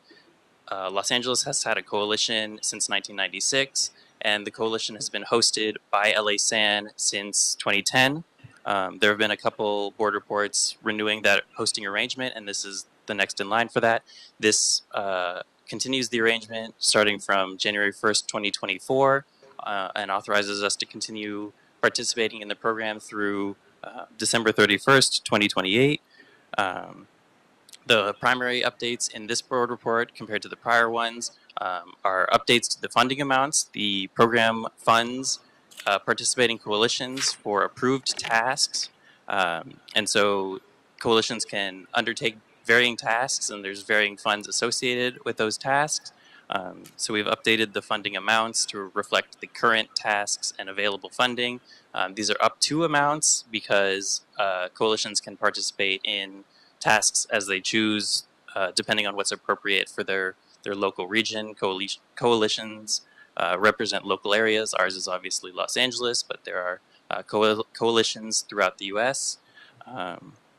And so the funding amount is now up to $150,000, broken down, as you mentioned, in the table in the board report. I can go into detail on that if needed, but that's the primary update. And yeah, I believe that concludes the details. If you have any questions, I'd be happy to take them. Thank you for your time, honorable commissioners. Thank you so much for that. What was your name again, sir? Daniel Brem. Dave? Daniel Brem. Oh, Daniel. Daniel. Nice to meet you, Daniel. Thank you. This is a total, is the grant for $750,000 total for one, is it a couple, 2 years here? No, That's it's about 4 the years. maximum. That would be over 5 years. Over 5 years, a maximum of $750,000. Yes. Understood. Okay. Any questions, colleagues? I see Vice President Villegas and Dr. Davis with their lights on. Vice President Villegas? Thank you. And just for clarity, all we're doing today is accepting this funding. Is that correct? Pretty much, yes. Okay. And then you'll be coming back just on the specifics of where and how you'll be doing this alternative fuel sites. It depends on the activities that are performed, but yes, if we're pursuing, let's say, supplemental grants for a project or a specific activity or task, then yes. Okay. All right, I don't have any more questions. Thank you.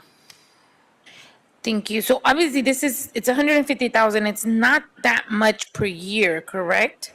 Correct. So what do we do? What are our deliverables? So the tasks, and like I said, the coalition can participate in a variety or a subset of these, but the core that's requirements are an annual report, quarterly reporting on alternative fuels, alternative fuel station locations in the jurisdiction of the coalition, alternative fuel vehicle costs. So let's say regional costs for like electric vehicle adoption or development. The coalition is required to maintain and develop a strategic plan and then engage stakeholders and the public in coalition building activities. Those are the core requirements that all coalitions must undertake. There are also supplemental tasks including market development workshops, corridor and community alternative fuel vehicle infrastructure planning and development, technical assistance and fleet coaching for fleets within the coalition, and then technical training and education for vehicle technologies and workforce development. Got it. I just once you started saying it dawned on me exactly what we're doing. I remember there's just so much projects and awards. I couldn't remember what this one was doing aside, but yes, I remember a briefing now. I remember everything now. Okay. I don't have any other questions. Any questions, comments, concern? Commissioner Reyes?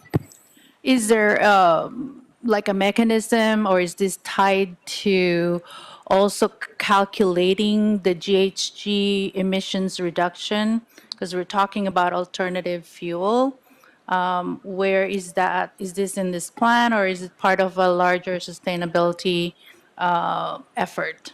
So that is separate because the greenhouse gas inventories, like Doug commented, are part of our new division's responsibilities. That is separate work. However, some of the data that provides calculation, or that is a component of the calculations in the greenhouse gas inventories, does come from data we request from our city fleets as part of the Clean Cities annual report. I would assume that there is some, that you would align it, right? And do your calculations based on projected reductions of GHG. There is some overlap in the data, but Clean Cities data isn't the sole source of data for Correct. the greenhouse gas inventory. All right. That's the line of my questioning, is that it's connected. Thank you. Yeah, real quick, just to highlight, a lot of the work that we do is in alignment with working with the other city departments through the network of CSOs like myself, and working with the mayor's team as well. This isn't a lot of money to hire much staff or many staff hours, so we have to rely on getting the greenhouse gas emission data, push the needle forward for electrifying more of our fuel fleets, right, and working with those at DOT and others that work in that sort of public space in alignment with the other with a coalition of clean cities. So we just actually met with somebody that is in charge of the entire state of Vermont, population of 630,000 people, which you can fit in like one half of the valley, just to like work and align our efforts together, stay abreast of the technology that might be out there, and bring that information into the city through that DCSO network, and so that those individual departments can see if they can implement, and vice versa, back out to those other coalitions. So that's deeply within, what the Coalition of Clean Cities does, and the C40 work from the previous mayor's administration. Thank you for that. I appreciate it. All right. Any other comments, concerns? Hearing none. Is there a motion on the table to move item number 4 forward and forthwith? Thank you, Commissioner Reyes. Is there a second? Thank you, Dr. Davis. Mr. Knight, sorry, TJ. I'm sorry to interrupt As you. amended. Yes, thank corrected. you. Yes, it's a technical, there's a technical correction on all four recommendations. Instead of BSS, it should be BOS for the Bureau of Sanitation. Thank you. Okay. As amended. And so we have Commissioner Reyes moved and President Pro Tem Davis seconded, and we'll take a roll call vote on item number 4, starting with you, Madam President. Aye. Vice President Villegas. Aye. President Pro Tem Davis. Aye. And Commissioner Reyes. Aye. All ayes, and the item is adopted, referred to Mayor and Council forthwith. Thank you so much. Thank you. Thank you for being here this morning. Thank you, everyone. Moving on to item number 5. This is a request in all council district for a grant application, United States Department of Agriculture, Forest Service, Urban and Community Forestry Grant Program, Belief in Equity Project. That's cute. Recommending the board to 1, authorize the general manager of the Bureau of Sanitation to accept, negotiate, execute, and submit all grant documents, including but not limited to applications, agreements, payment requests, and amendments subject to the approval of the city attorney as to form and legality, which may be necessary to receive funding for the United States Department of Agricultural, Forest Service, Urban and Community Forestry Program Inflation Reduction Act grant for the Belief in Equity Project. Belief is spelled BELEAF, just for the record. Authorize the Bureau of Street Services Urban Forestry Division to take over long-term maintenance and operations of all projects. And 3, request that the City Council to authorize the Los Angeles City Controller, upon instructions from the General Manager of the Bureau of Sanitation, to create an appropriation of up to $3 million in the Integrated Solid Waste Management Fund 556 or designated funding sources, and to make any technical corrections as necessary. And this morning we have Ms. Amanda Amaral here. Welcome. Good morning, Commissioners. Nice to see you all. My name is Amanda Amaral. I am the Environmental Affairs Officer overseeing LA Sands tree planting team, and as Doug Walters mentioned, a part of the new Sustainability Division. We are thrilled to be the recipients of this $3 million Inflation Reduction Act grant awarded by the U.S. Forest Service for our Belief in Equity tree planting project. This project will focus on planting street trees around the perimeter of barren and heat-scorched schools and the routes families take to walk to their local school. Belief in Equity will plant 575 street trees, create 445 new tree wells by cutting out the concrete, and provide up to 5 years of watering and maintenance for all 575 trees. While we have not selected specific schools to focus our tree planting efforts, the grant terms mandate that we plant exclusively in disadvantaged areas, and we will likely be focusing our tree planting efforts in Northeast LA and South LA. Much of this work will be contracted out to local nonprofit tree planting partners. We will be utilizing the Office of Community Beautification's pending public right-of-way beautification services list for contractual services, including the creation of new tree wells, planting 15-gallon trees, and watering and maintaining all of those trees. So we are eager to commence this project, which will likely be this fall, to bring much anticipated shade and the plethora of health benefits that trees provide to some of LA's most disadvantaged communities. Thank you for your support. That concludes my presentation. Thank you so much, Amanda, for your report. Any questions, colleagues? I have a question. You're saying here the Bureau of Street Services will take on over the long-term maintenance of the 575 trees? Mm-hmm. Did the Bureau of Street Services agree to this? That's typically what happens with our grants. Do we have approval and verification that the Bureau of Street Services is going to be able to take on these new 575 trees and maintain them? Yes, We do. We have talked with the Bureau of Street Services. They're aware of this. And typically with our grants, what happens is that we let the Bureau of Street Services know the terms of our grants. And then after we've provided proper establishment care, which is the 5 years of watering and maintaining, then they go on into the street trees ranks where they are maintained by Streets LA, the Urban Forestry Division. So the 575 trees that we're adding will then become BSS maintenance, long-term maintenance after 5 years? Correct. Okay, and the first 5 years are going to be contracted out through one of our beautification project contractors. Say it again. I'm sorry.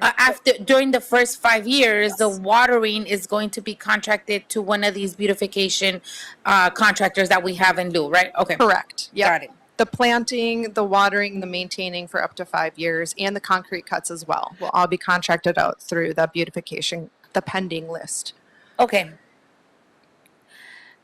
I think in the future, in the future, when another bureau is going, because this is basically we're adding, here you go, now you're going to take on, we need to get buy-in from the other bureaus beforehand. Actually, it should be when we're writing the grant. Okay. Because I know that this was a point of conversation, and so I'm happy to hear that it's not going to be now, that it's going to be after 5 years, that the Bureau of Street Services will take on this long-term maintenance. I would be very worried if it was coming in now and they have to take on over now. So it's going to give you, basically your team, 5 years so that you can make sure that the Bureau of Street Services knows that there's a 575 additional trees that now they have to maintain. Correct. And in the future, we can make it part of our process and procedures to incorporate them and make them aware that we are applying for grants, and certainly.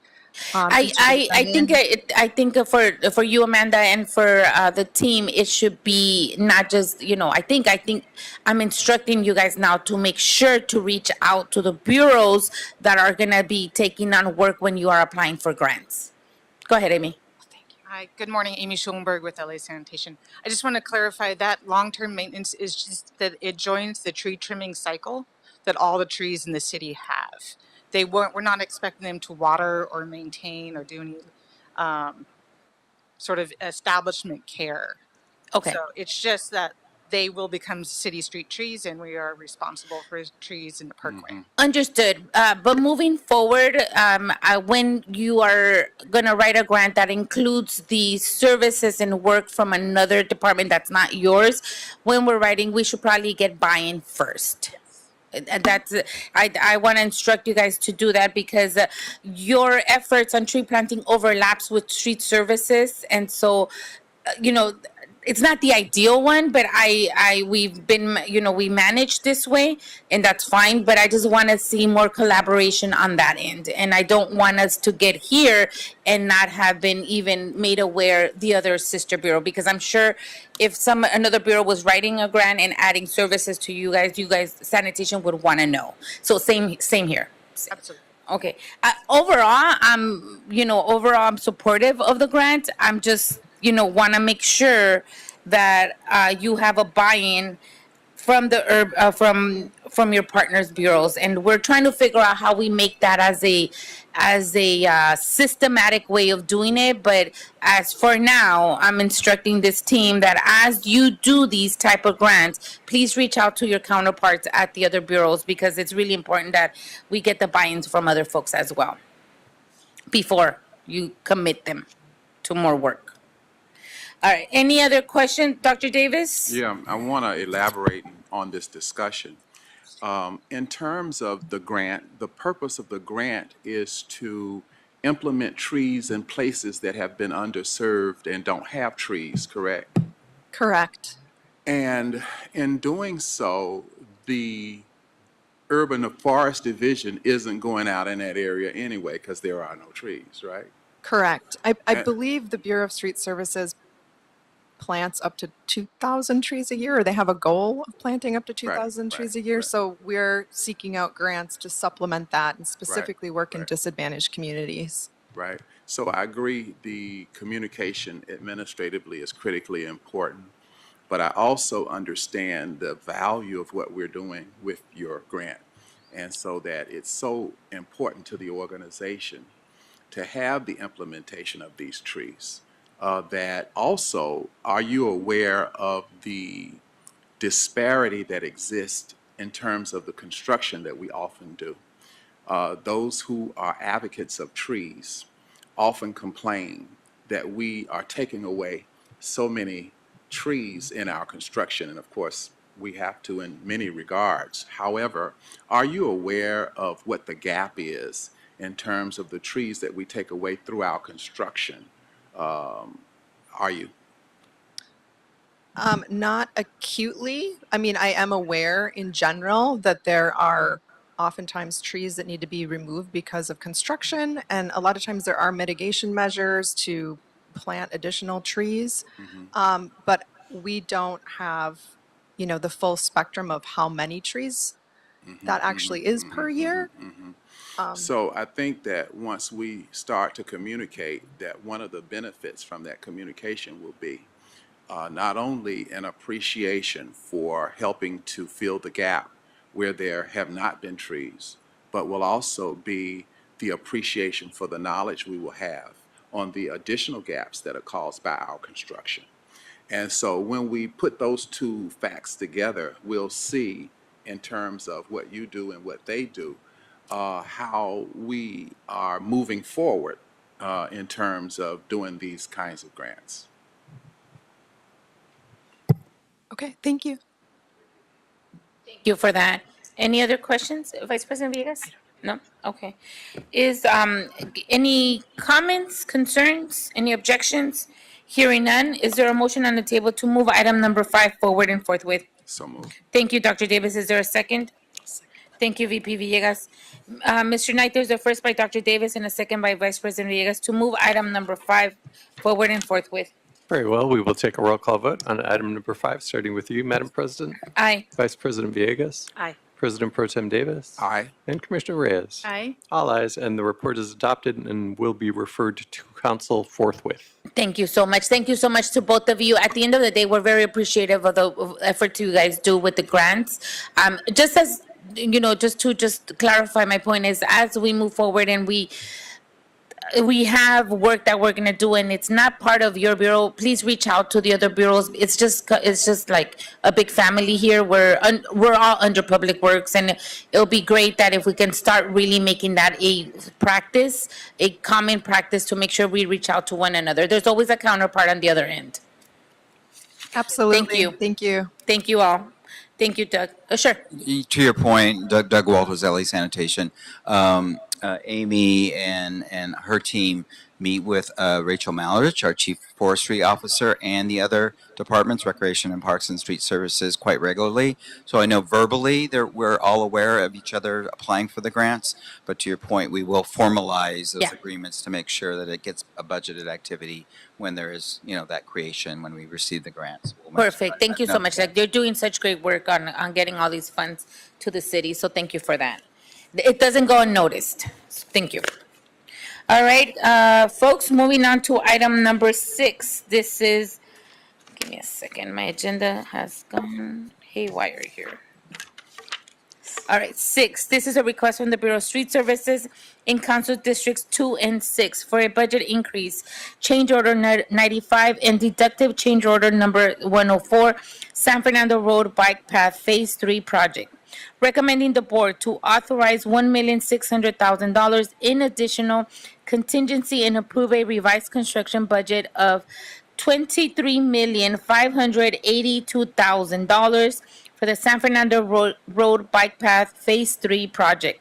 2, authorize allocation of credits in the amount of $1,094,800 from deductive change orders 1643, 48, 49, 97, 101, 102, 103, and 104 to the project contingency. And 3, authorize the issuance of preliminary change order number 95 for the revised grading and bike path alignment and preliminary deductive change order number 104 for credits from unused allowance items. A lot going on here, Brian. I apologize for interrupting, President Garcia. We do have a hand raised from our Zoom attendee James. Okay. If you like, I can ask him to unmute and see if he. He's gonna have a public comment on item 6. Yes, caller James, do you have commentary? Yeah, on I wanted to make Okay. I want to make a comment on the trees. Item that you number just 5 has voted already on? been approved, and we've closed public comment on that. Yeah. Oh, okay. Because I had my hand raised and they didn't call me on it. Yes, it's helpful. But I James, wanted if to you make a raise your comment hand. on it. It's helpful if you raise your hand prior to the item being heard, rather than after the item is heard. Oh, okay. Well, I mean, I don't have the agenda in front of me, Via so. Google Form. Okay.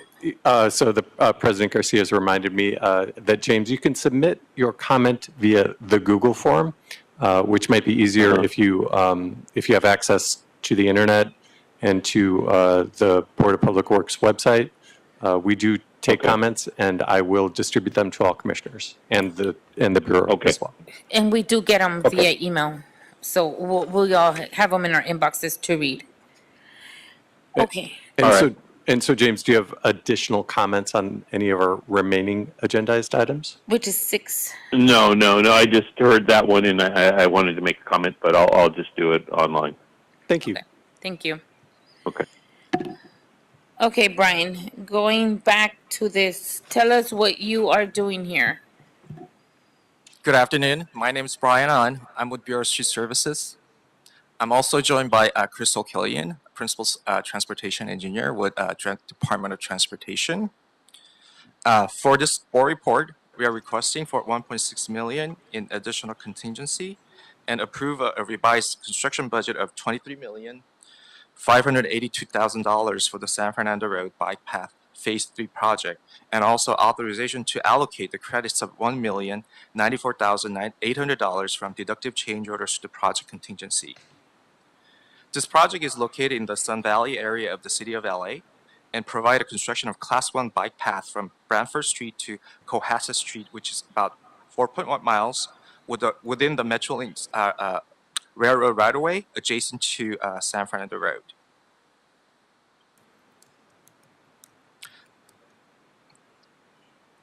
On August 12th, Go ahead, Brian. 2019, the board awarded a contract to Sully Miller Contracting Company in the amount of $18,388,000 with a contingency amount of $1,838,800 for a total approved construction budget of $20,226,800. After 1 year into the construction, Metrolink deemed that the number of railroad flaggers presented on the project was insufficient and required additional railroad flaggers to increase the level of safety to their satisfaction. Subsequently, the board approved a contingency increase of $1.85 million to comply with Metrolink requirement for additional railroad flagger services.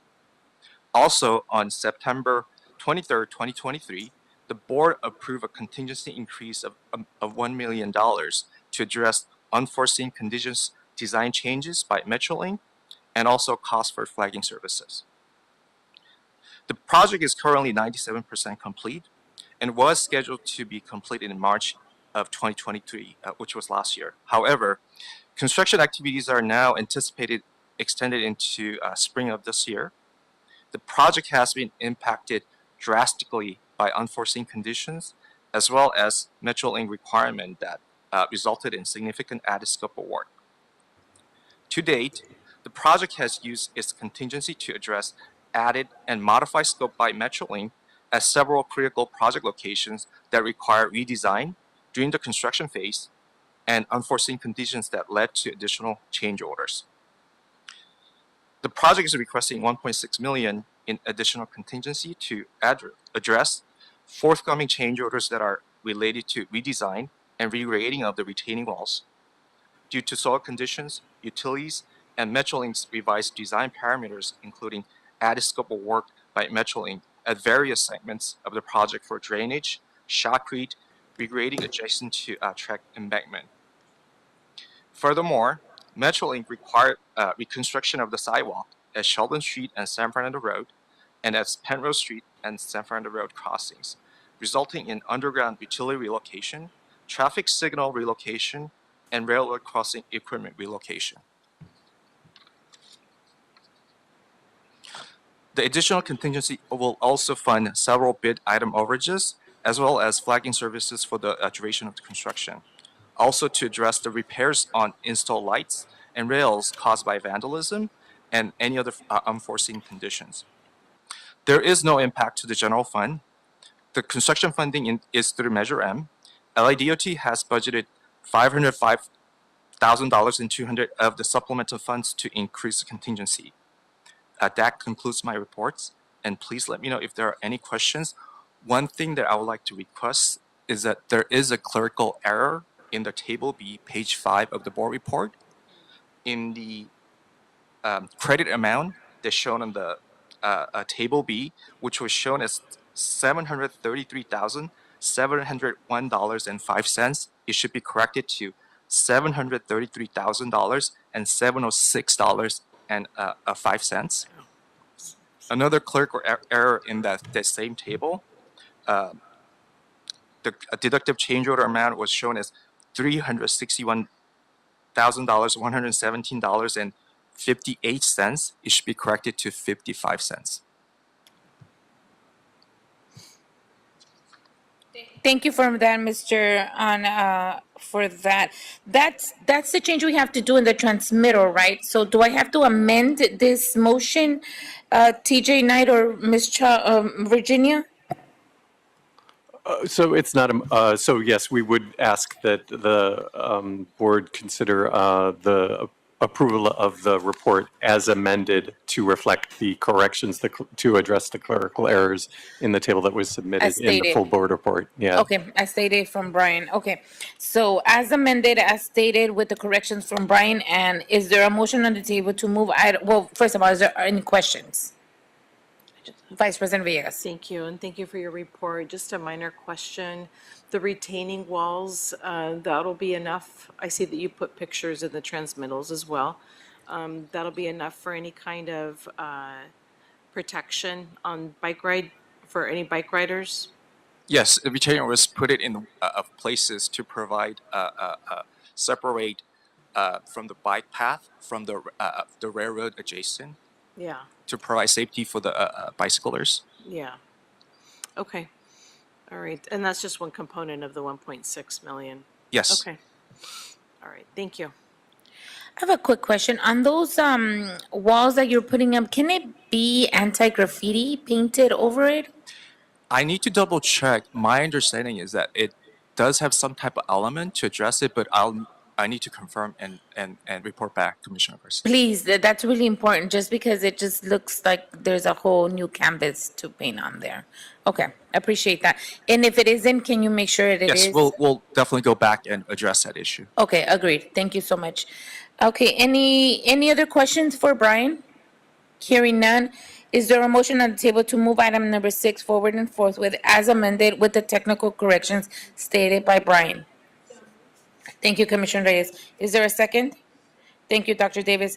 Mr. Knight, there's a first by Commissioner Reyes and a second by Dr. Davis to move item number 6 forward and forthwith. Thank you. As amended. So we'll take a roll call vote. 1 second. Oh, no, okay. Not quite yet. Not quite yet. Too quick. Sorry. Yeah. Apologize. We might say no. You never know. Yes, of course. We'll take a roll call vote on item number 6, starting with you, Madam President. Aye. Vice President Villegas. Aye. President Pro Tem Davis. Aye. And Commissioner Reyes. Aye. All ayes, and the report is adopted as amended, and we'll move forward forthwith.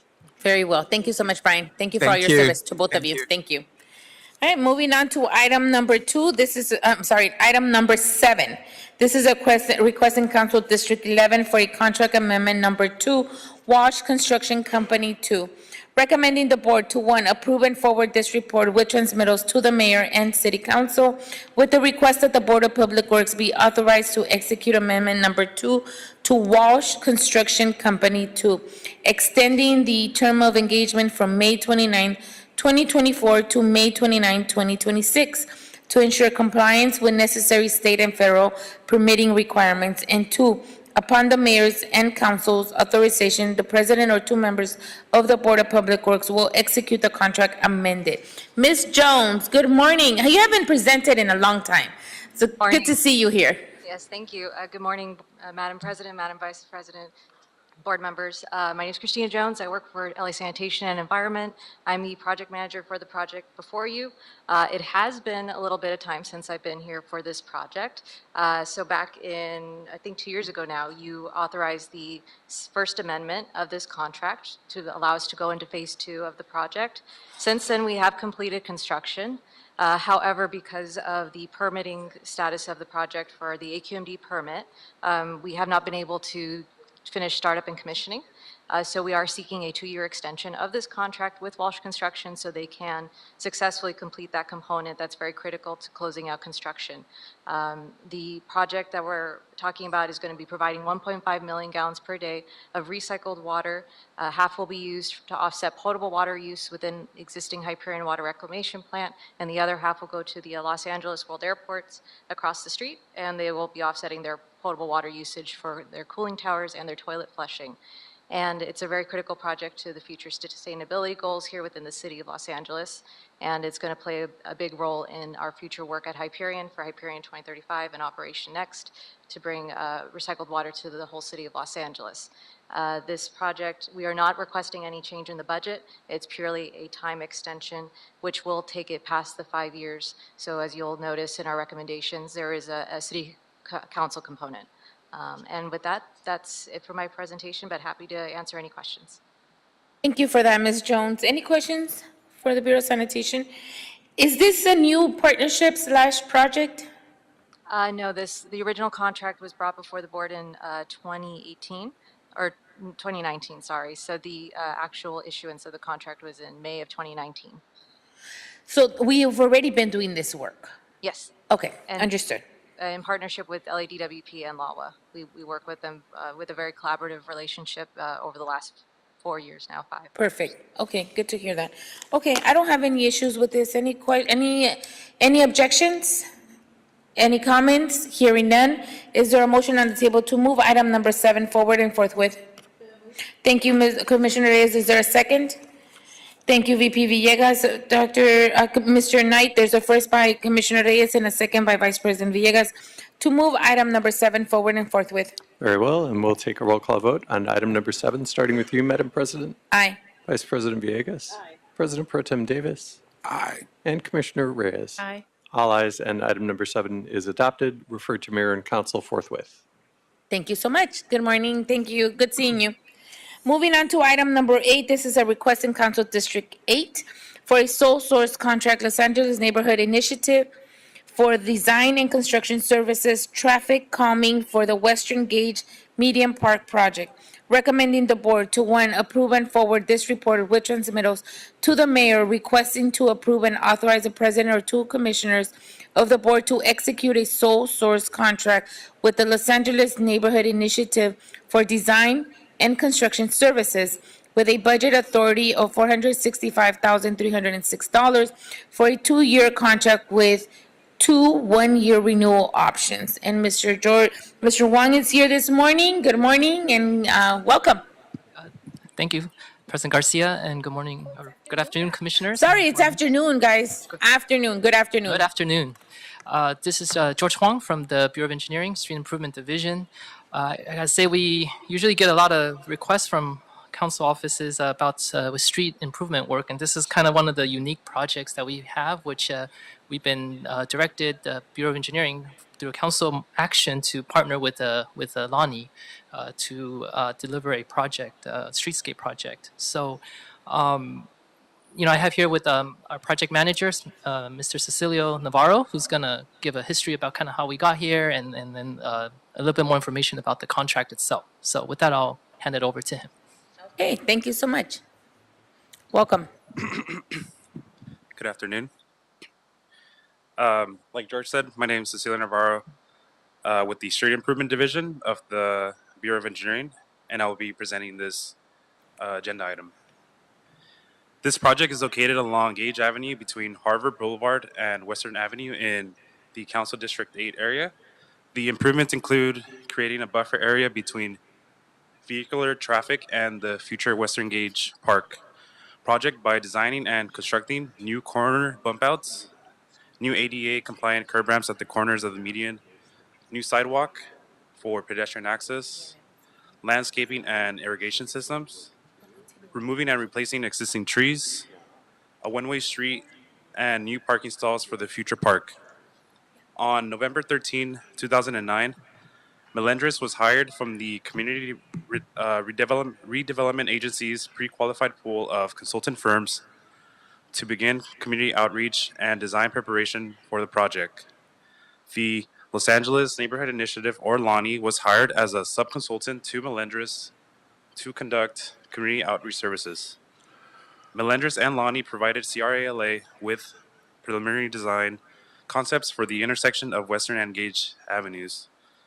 Project construction was also expanded to LANI in 2010 through the Melendres contract to build out the streetscape improvements. LANI was responsible for the solicitation and selection of a contractor and ensuring construction contract compliance.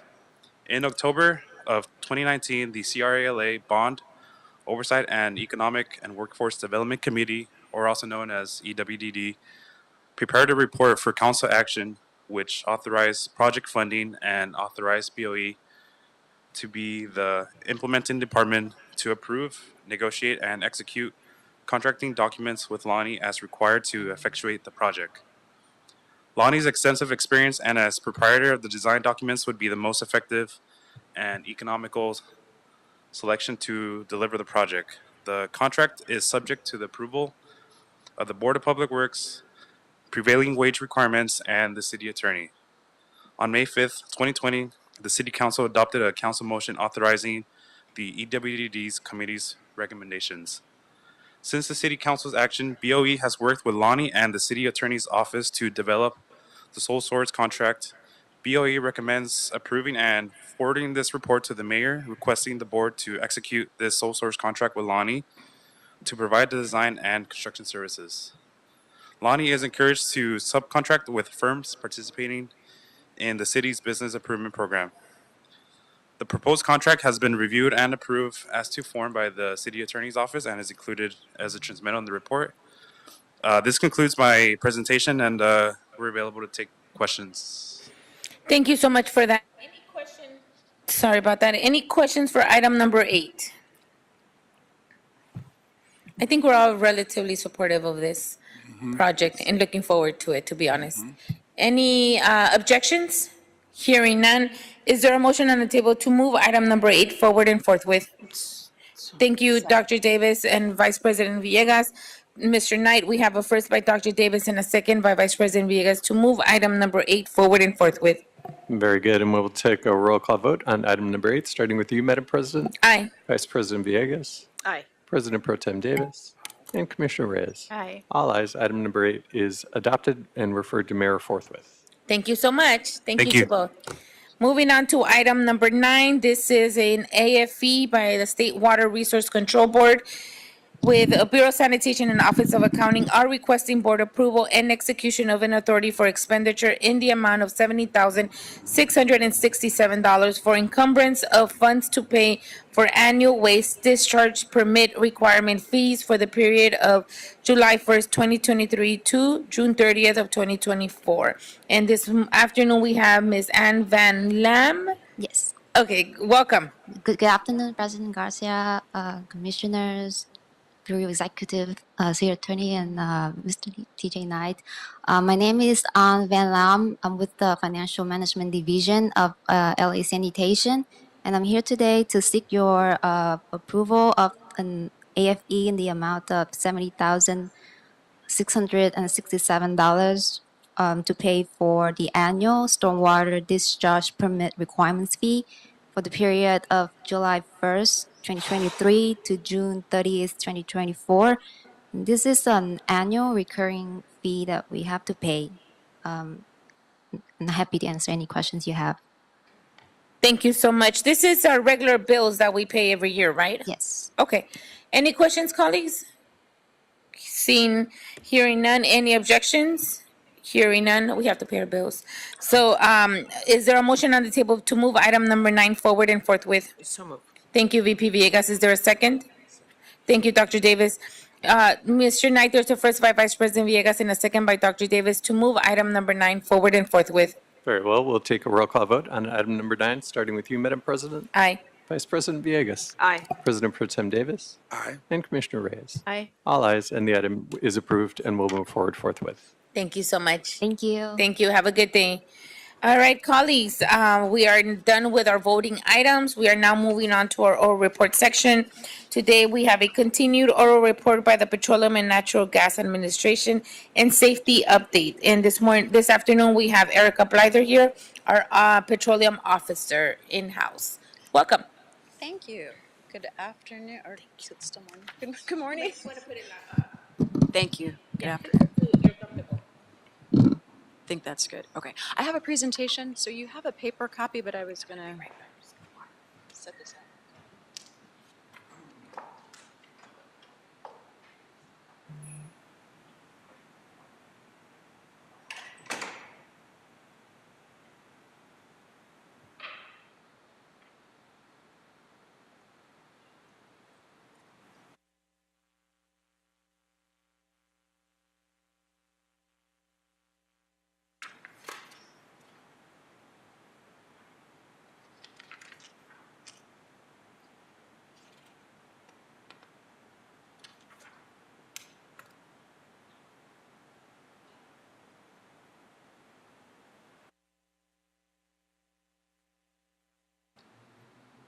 Well, thank you so much. And I'm sorry, this is a little long, but I only come to you twice a year, so I thought I got to recap all 6 months of what happens. All right. So just wanted to give you kind of a brief overview of the accomplishments. So a lot of the work continues. So there's ongoing commitment to issues like drill sites. So we continue to attend the monthly Alanco stakeholder interagency enforcement meetings. We also participated in the Murphy drill site planning case review, and we wrote a letter. The planning department was looking at the Murphy drill site in Council District 14, and they were actually considering nuisance abatements and revocation. They haven't come out with a final determination of that yet, but we wrote an 8-letter support letter or with evidence saying why we had concerns about the operator, and it had also 19 attachments. It's a lot of information. This was the revenue as of February 20th. So in January, we invoiced about $548,000 for pipeline franchises, and we received about $547,000. In March, we invoiced about $5 million, and to date, we've received about last week it was about $1 million, and this week it's about $1.6 million that we've received. The SoCalGas franchise at the time had brought in $67 million, $67.5. Last week, we did receive the fourth quarter payment, so it's up to $82.2 million that we have invoiced from that franchise. The Vinoco pipeline work has begun, and we have had discussions with the City of Beverly Hills and received some permits on that, but that work is ongoing, and that's a pipeline that we are working to abandon. We also continue to attend meetings with Marathon Refinery and Phillips 66, as well as interagency refinery task force meetings. And those are put together by regulatory agencies talking about various issues, safety, community awareness, etc. As far as requests, we respond to requests from Rec and Parks, the Fire Department, the City Administrative Officer, as well as Department of City Planning, as well as Council District 5 and 15, and worked on HRP. Policy work is ongoing with Baldwin Hills Community Standards District meetings on the Health Report Working Group, as well as the regular monthly meetings. Also with Assembly Bill 617, Wilmington, Carson, West Long Beach, South Los Angeles, and the air monitoring subgroups. We've also worked with AQMD on Rule 1148.1, which is focused specifically on drill site air monitoring. And we've also worked with the LA City, LA County Just Transition Task Force, and the Baldwin Hills and Urban Watershed Conservancy. And I'm actually now the chair of that board. And so they've nominated me to become the chair. So it'll be interesting. It'll be different to be on the other side of the podium. As far as community engagement goes, I'm also a member of the Department of Chief Sustainability Officers. I think you had, earlier today, you had some of the DCSOs present their meetings, but I also represent DCSOs for this office and continuing to coordinate with them on different ways we can be sustainable. We've responded to California Public Records Act, and we also had a chance to present an LA oil overview at the California Land Recycling Conference. We also were very involved in numerous career fairs. And so at all these frequent career fairs, there are 4 of them, one in March, one in June, one in November, one just in January. There were staff from the Office of Petroleum and Natural Gas at each one of those, maybe 1 or 2 people, but we all have been trying to support them. Sounds like that might not be a future ongoing activity, but we were happy to support where we could. We'll see what happens. We'll see what happens, but that was something that staff did enjoy doing. I just wanted to review the top priorities for the Petroleum Administration Office. So number 1, of course, is amortization studies. Number 2 is the remediation policy. Pipeline franchise renewals is a big one. Rentals and royalties. Dealing with all the various lawsuits. And these top 5 shift from one day to the next. One could be number 5, one could be number 1, et cetera. But these are always ongoing focus. The next is we do have other projects we're working on, the compliance dashboard and website. So my staff are busily working in the background to make that happen. Air quality monitoring is not forgotten, but it is something that we do want to implement too. As far as amortization studies, I wanted to give you a similar review to what was given. We're doing quarterly reports to the Energy Environment Committee. If you have seen that quarterly report, I don't have to go to through all of those slides, but if you want me to, I can go through that. But I just wanted to give you the background on what we did so that you have a really in-depth understanding of what we're doing with these studies. Any preferences? Short version or? And if you're asking if you want to go into depth into each of them, perhaps if the commissioners have any questions, they can ask you that. Okay, sure, Okay. sure. So I'll just give a brief overview. So you may be aware that in December of 2022, LA's City Council adopted this ordinance, and that was effective to make all oil wells a non-conforming land use. And so the zoning administrator prepared some different memorandums to explain that, and that's what planning did, but a portion of that was related to what the Office of Petroleum and Natural Gas did, and that was to start amortization studies. And so this was to give an overview, and as we're reading these reports, we realize how very dense this material is. So we're covering a lot of background material, such as what makes oil oil. And so this is background, so you can have pictures of diatoms. My staff was able to find these pictures of diatoms to see, okay, this is the very makeup, the biological aspect of what oil is and how it was part of the Earth's surface, where some of the engines came from. So this is one of the first engines developed by Carl Benz. That's a familiar name, like Mercedes-Benz. And so in the city of Los Angeles, the type of oil that we have is close to the Earth's surface, and this is the age, and typically this is to understand API numbers and the weight of the gravity of oil. Light oil, which is in the 40 to 45% range, is considered the best, and the oil that we have in Los Angeles ranges from 14 to 39. So it really depends on the location to what type of oil is found within the city. So some is very good, some is very close to something heavy like tar. Typically, we have water injection, and so what that leads to is that sometimes there are issues with subsidence, which is where there's settling or sinking of the ground, and so water is used to maintain the earth at a certain height, and sometimes there's a settling of that happens as oil is withdrawn, because oil and water are different gravities, so that can lead to certain issues.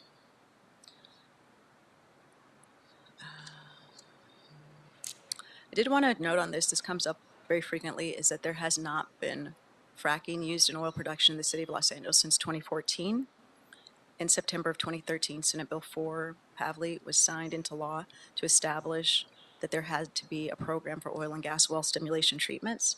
And SB4 requires Dogger, at the time it was Dogger, now it's CalGEM, to prepare an environmental impact report to provide the public with detailed information. And so for that, that is something, and we can look that up anytime there's concern if fracking has occurred or not. And sometimes people say fracking is happening. That has not been confirmed, and that's something that the state does track, and we can find that out. And that can be found at this well stimulation activities, including fracking, can all be found at this link. Just another brief overview. So there's exploration development. then there's production, then there's end of life. And so for each of these phases, there are different activities going on. The production that's highlighted in green, in this green box, that's the only time that the oil companies are making money. And so that's an important for what this consideration is, because this is really a financial estimate. It's based on when does this operator get a return on investment. And so that's what the amortization studies are looking at. So we're going very in depth in some of these well by well, oil field by oil field to understand that. And so it's all these costs, end of life, exploration, production, those are all losses to the company. Production is the only time when they are generating revenue. And we have received a number of reports from the various contractors. We're in the process of conducting internal report reviews. There have been delays due to the low staffing levels in the amortization team. As some of you know, I am missing the deputy position as well as one of the positions within the amortization office, so that has caused some delays. There's also been further delays by the slow process of invoice payments through the City of Los Angeles. And so one of the consultants had to shift resources. You're very well aware of this because we did bring a board amendment to you in December to amend the contract to allow the time change. So it was 180 days to change that to 180 business days. So that change that the board approved in December was related to that because of shifting of resources. They're still optimistic about completing the deadline in fall of this year, but there have been some delays due to some of those things. For A&M, we have received draft reports, and we have about 52% complete reviewing, and the final report is pending. For Baker and O'Brien, the pilot study was received, review is occurring. We have received a few more for Part B. Part C is pending. For CJM, we have received the pilot study, and the review is ongoing. Phase 2 is pending. Dashboard updates are occurring, and digitization is in process. And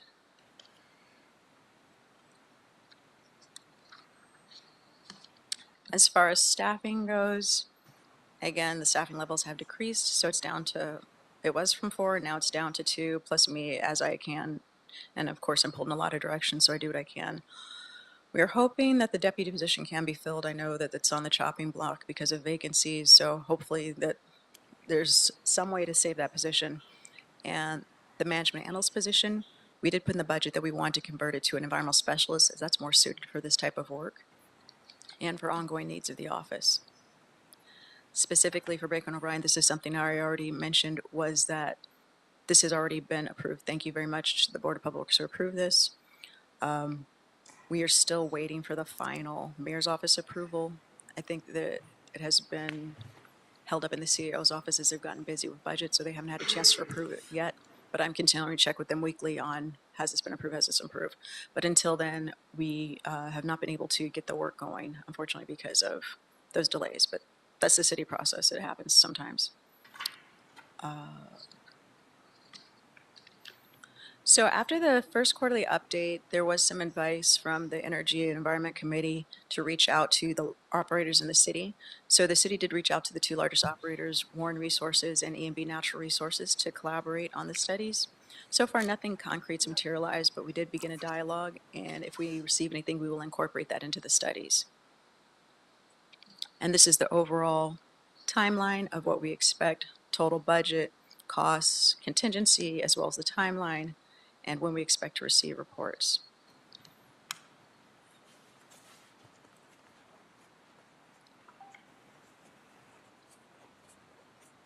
Moving on to the remediation policy. So this was also part of the same council file where planning was told to make oil wells a non-conforming land use, and the Office of Petroleum and Natural Gas was told to do the amortization studies, but to come up with a remediation policy. So we're supposed to collaborate with the City Planning Department as well as the Fire Department to draft a new city policy to ensure proper plugging and abandonment of wells and comprehensive site remediation to be completed within 3 to 5 years of the site ceasing active oil production. And we're also supposed to reach out to numerous other agencies and understand their role in remediation. So we have begun that process, and we've so far held about 23 meetings with multiple agencies throughout the spring and fall of 2023. And we have had some community meetings with Stand LA and Sierra Club. And we've identified case studies of where drilling sites have been converted. And so we're trying to use them as things that we can analyze for what went well, what went wrong, and how we can improve things. We have some preliminary discussions with planning as well and the city attorney. The next part is to schedule meetings with a few more branches, the relevant agencies.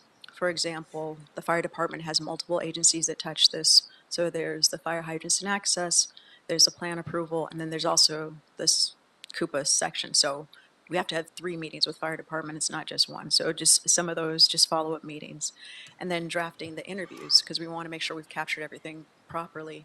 And then process flow charts, gathering public input, and then policy writing to really describe the policy. So those are the next steps on that. For pipeline franchise renewals, we are working to change the LA admin code, and we're changing the renewal application fee from $6,000 to $10,000. And that's been a process as it moved through city council, city attorney drafting, and the energy and climate change process. They did, in fact, adopt that. Rules and Elections waived this in December, and we actually did get it approved by council on February 6th with 15 ayes, which is great. It was unanimous approval. It was signed by the mayor on February 20th, and the clerk gave us an effective date of April 2nd of 2024. So once that April 2nd date happens, that's when we'll start to renew the franchises. And that has been a question of, okay, these are old and expired, when are you going to give us new ones? That's what we were waiting for. So now we have that. And the other thing is that has happened is that just last week, we mailed out 47 notices of violation. And that's because some of these pipeline operators are not in compliance with the insurance provisions or the bond provisions. And so we've issued them letters, we've been calling them, they have not been responsive. So now that we've issued this notice of penalty, and we plan to have them at a future board meeting in March, now apparently there's a lot more responsiveness. So now they're saying, oh, wait, what do you mean? So now they're starting to actually give us the paperwork and things. So that's good. The fine is not, we're not trying to gather money. We're trying to make sure that there's compliance. Because these are hazardous materials that are flowing through the city streets and the public right of way. We want to make sure that the city is having whatever protections are needed. So we are getting a lot more compliance happening. So it might not be all 47 violations that get, or all 47 people that are not going to be receiving violations, but we will see. We'll keep you informed. Excuse me, Erica, 1 second. Please, no talking while we have a presenter on deck right now. This is your first and only warning. Thank you. Go ahead, Erica. Sure, thank you. So. He's touched by an angel. Go ahead, Erica. Okay, so we will let you know, but we are planning for a meeting in March. Yeah, I We know. suspect there might be 1 or 2 who don't comply, but hopefully we're getting a lot more compliance. And if you please do not interrupt, or I'm asking you one last time, let her speak. Okay, I'm gonna ask you to get removed out of the room. Thank you very much. Security, can we have them out, please? Thank you. Thank you. Please escort him out. Thank you.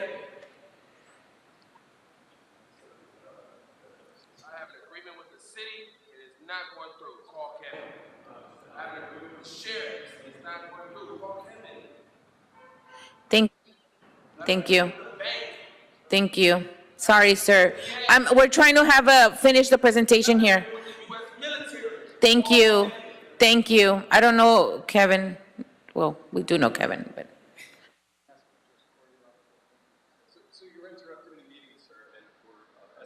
Trying to finish this presentation.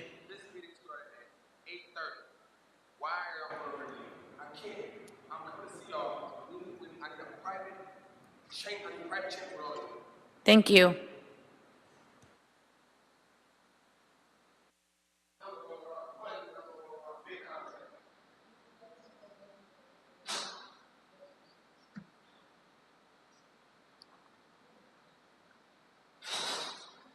I agree.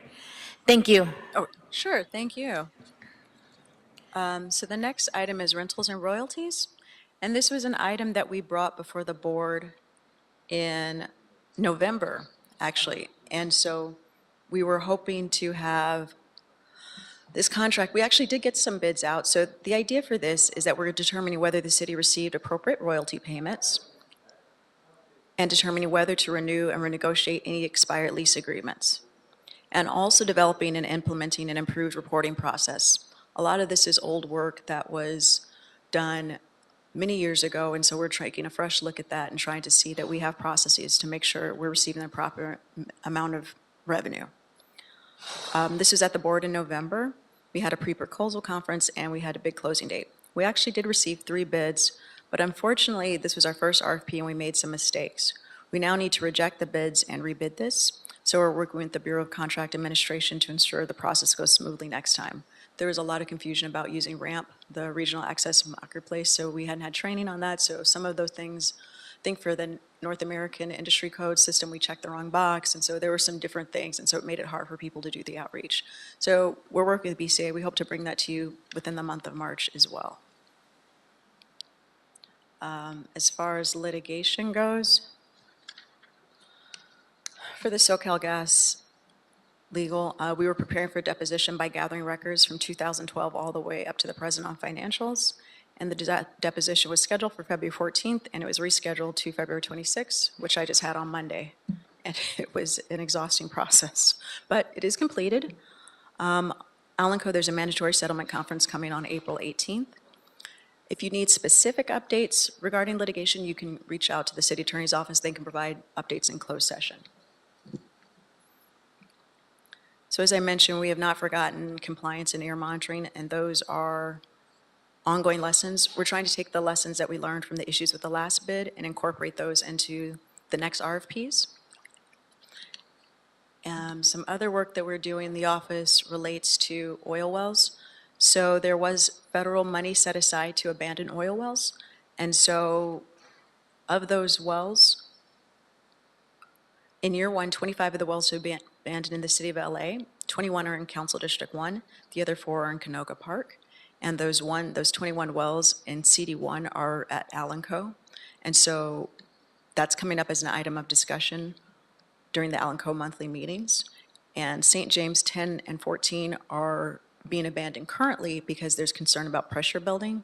And CalGEM felt like, well, we should just abandon these right now because the pressure continues to build. So why are we waiting and doing a depressurization process when we can just do the abandonment and be done with that? So they're doing that.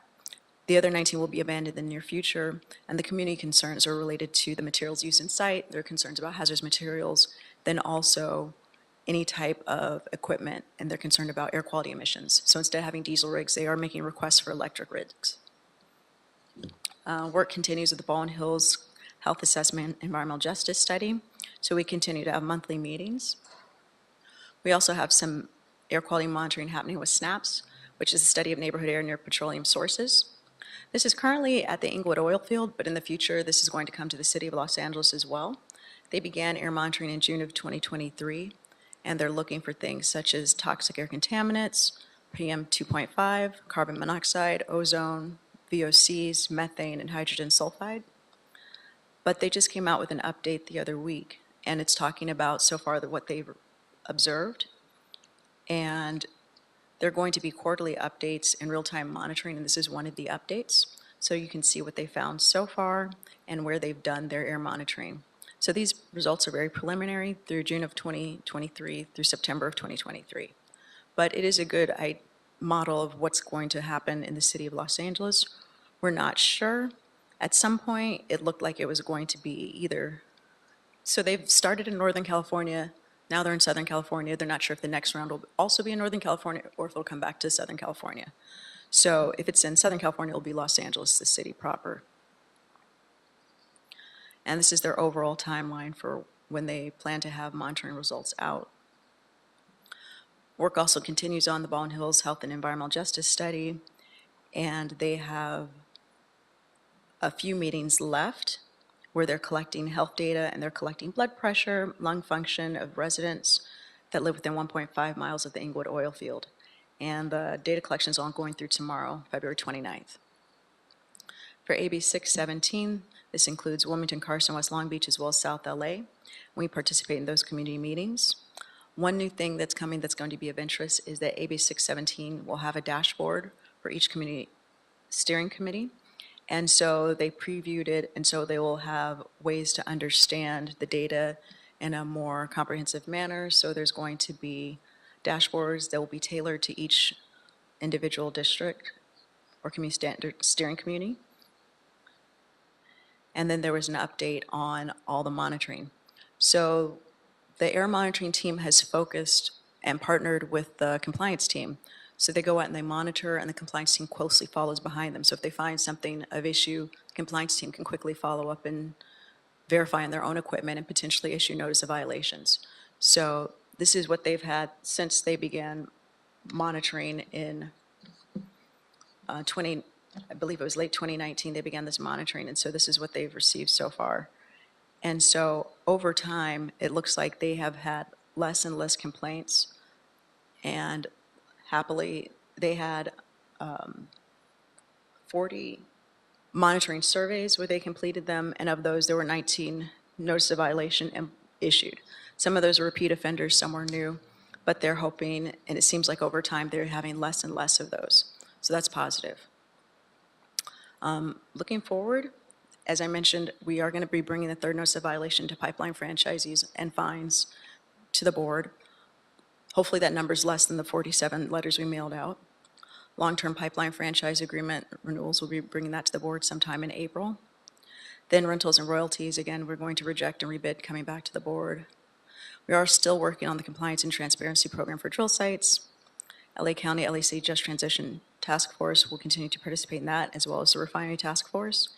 And one thing I want to mention is that there are multiple new council files coming from CD 5 and 15. And of those, these council files either mention or have the Office of Petroleum and Natural Gas as the lead agency for this. One is specifically focused on concerns about what's happening in the Harbor Gateway area. One is looking at the West Pico drill site pipeline operator violations, and there's another one looking at a spill that happened in Wilmington. And this spill made headlines as there was a large amount of oil gushing out of a pipeline. And this came up at the AB 617 meeting in Wilmington last week, that there are multiple incidents and multiple hazards happening to residents of this area. There's also the tanker truck that exploded, and unfortunately there were some firefighters injured in that. But all this is happening in Wilmington, so our heart really goes out to the people, and all this is happening within the short time span of 2 months so far. It's only been 2 months in the year, and they said this has been a terrible, terrible year for us in Wilmington, and so there's a lot of concerns about the ongoing environmental justice impacts that happen there. I just want to refresh you of what my staffing looks like in org chart. So the positions circled in red are the ones that I'm currently missing.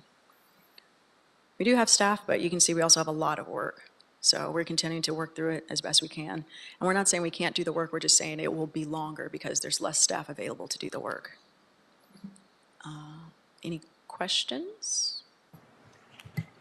Questions? Yeah, I want to Go first thank you so much for this report. This is a semi-annual report, right? Yes, twice a So year. this is 6 months worth of work that the Office of Petroleum and Natural Gas has been engaged in. As we look at the very diverse task and work and things that have been accomplished and reviewed and challenged and addressed over the last half of the year in this report, I wanted to ask you, as you look at the work that we have done for this semi-annual report here, what would you say are the top two dominant challenges that we have had in the office? And of course, it's been very diverse work that has been done, and I know perhaps very difficult to choose the challenges, but in your opinion, what are the two top challenges that we have in this half year?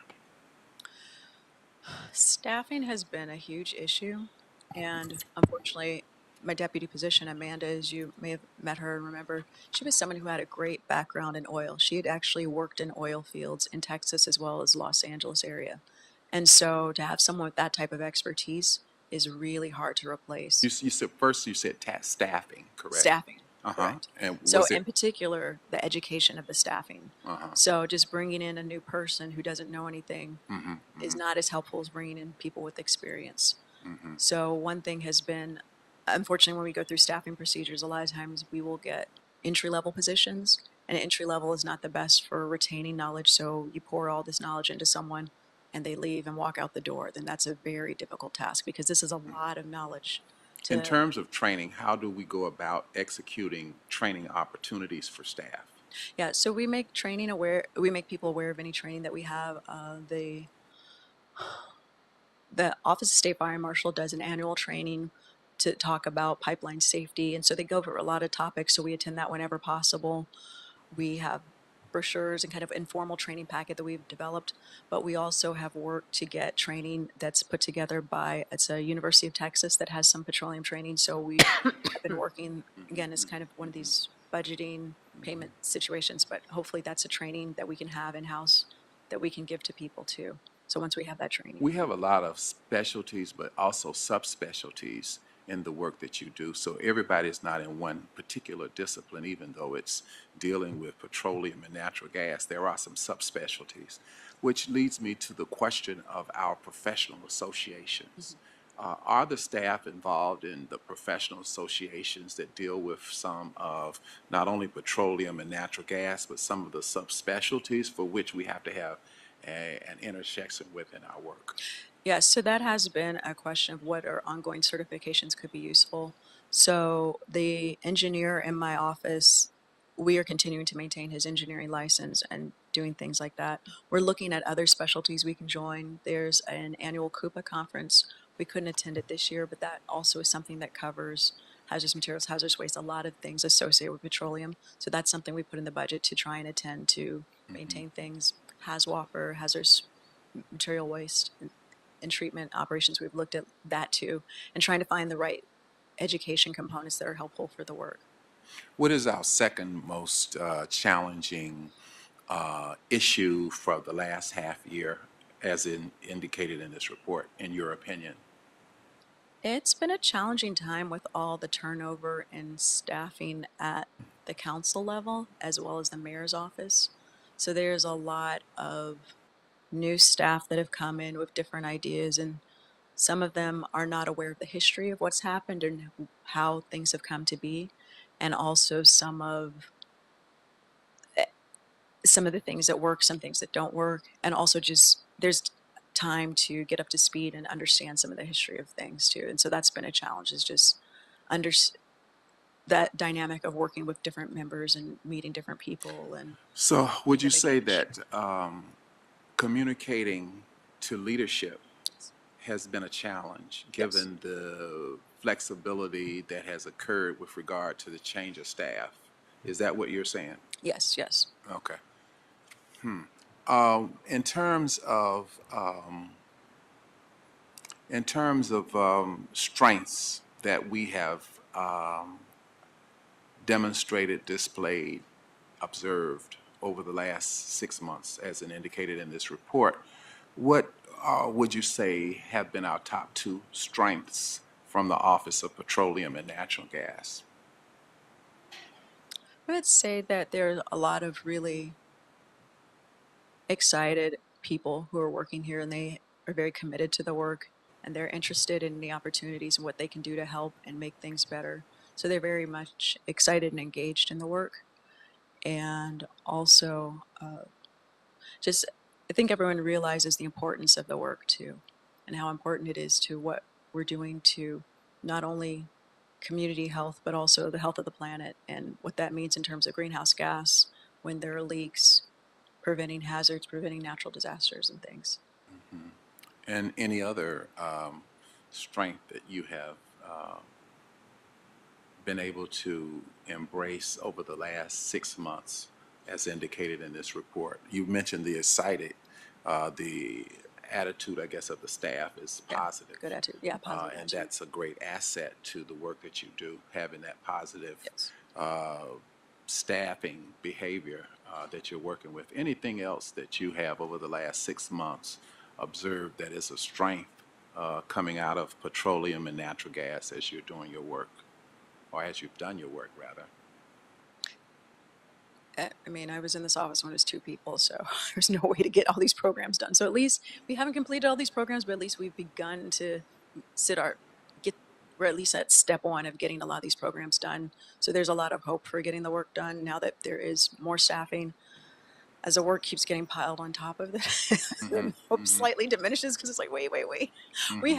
We're trying to get through the backlog of when the office was 2 people. So now some of these notice of violations started years ago, but it's just now we have the staff ready to start addressing it and really dealing with, okay, where are your insurance documents, where's this, where's that, and we actually have the capacity to work on that. So it's better capacity, but there's more work being added on a regular basis as new council So you members. feel a sense of accomplishment from the workforce that you have on staff? Yes. Now that we've increased the staff, you're at capacity in terms of what you had envisioned in your team. I know that you've increased your staff to what? Since I was at capacity, now I'm not. So now somebody got another job. It's a small office, so it's like if I have 10 people working for me, I lose 1, I've lost 10% of my workforce. I lose 2, I've lost 20% of my workforce. So now I'm at 80% capacity trying to do the work. And Staff moved to another Yeah. position. Yes, staff sometimes move to other positions, or one case the staff resigned due to personal issues. So Is the current freeze an impact upon that situation as well? that's a big concern, is that I will not be able to fill those 2 positions. That's a huge concern for me. Well, thank you so much for giving us this report. And again, your work is very diverse. And while petroleum and natural gas is the main issue, you have multiple disciplines involved, it seems, in many ways for your office. And hopefully, as we think about the staffing and the challenge in communicating effectively the work that we're doing to staff that often is new, that we will find ways in which we can update and get the message across about how important it is to do your work. And so I'm hopeful as we anticipate the next 6 months, despite all of us having to confront the challenge of a freeze, that we will be able to sustain the progress that you have begun to experience, as you've stated in your strengths, of this petroleum and natural gas office, even though, you know, all of us as a part of the city family realize that when we do our work, we definitely are always impacted by budget. But it hasn't been that long that the mayor's office helped to initiate the petroleum and natural gas office. Sure. And this area of work is critically important to who we are as a city. And so as we again anticipate your next 6 months, I hope that we'll be able to embrace some ways in which we can deal with staffing despite the universal challenge in the city we have of this freeze. So thank you again so much for your report. Thank you. Thank you. And Commissioner Reyes, you had questions also? Go right ahead. Not really a question, but sort of like a support for you. I know that the amortization project is one of your priorities. And I just heard that there are challenges with regards to, number one, the staffing level, right? Because those reports have to be reviewed ASAP. So where we can help, please let us know, flag it as soon as possible. And then the second thing is on the invoices that need to be processed on time, where there are delays on those invoices. Also flag it for us early on so we can help, push whoever it is that we need to encourage to pay those invoices on time, because we do not want, the last thing we want is a consultant or a contractor that we work with to stop the work on this much needed foundational study, I would call it, that your team is doing. So just want to assure you about the support of the board on the priorities that you have outlined here today. And thank you so much for a comprehensive report. Thank you. Thank you, Commissioner Reyes, for pointing that out. And I also just, a lot of work is being done by you, Erica, and all your staff. And I know that you still need more staff just to, fill up all the requirements, right, that is being asked of you in your office. And thanks for, giving us just the thorough report and all of the slides. And yeah, I hope that the second go around with the RFP is a little bit more successful, and that even if you got some bids in, I don't know if if BCA has spoken to those folks that put their bids in, if they can rebid, because there's just lessons learned, obviously, with this process. But thank you for today's report and a lot of extensive work. Thank you. Yeah. Thank you all for your time. Yeah, I think we're, Mr. Knight, does that clear our desk? It does, Vice President Villegas. Okay, then we are adjourned at 1:07 p.m. Thank you. Thank you.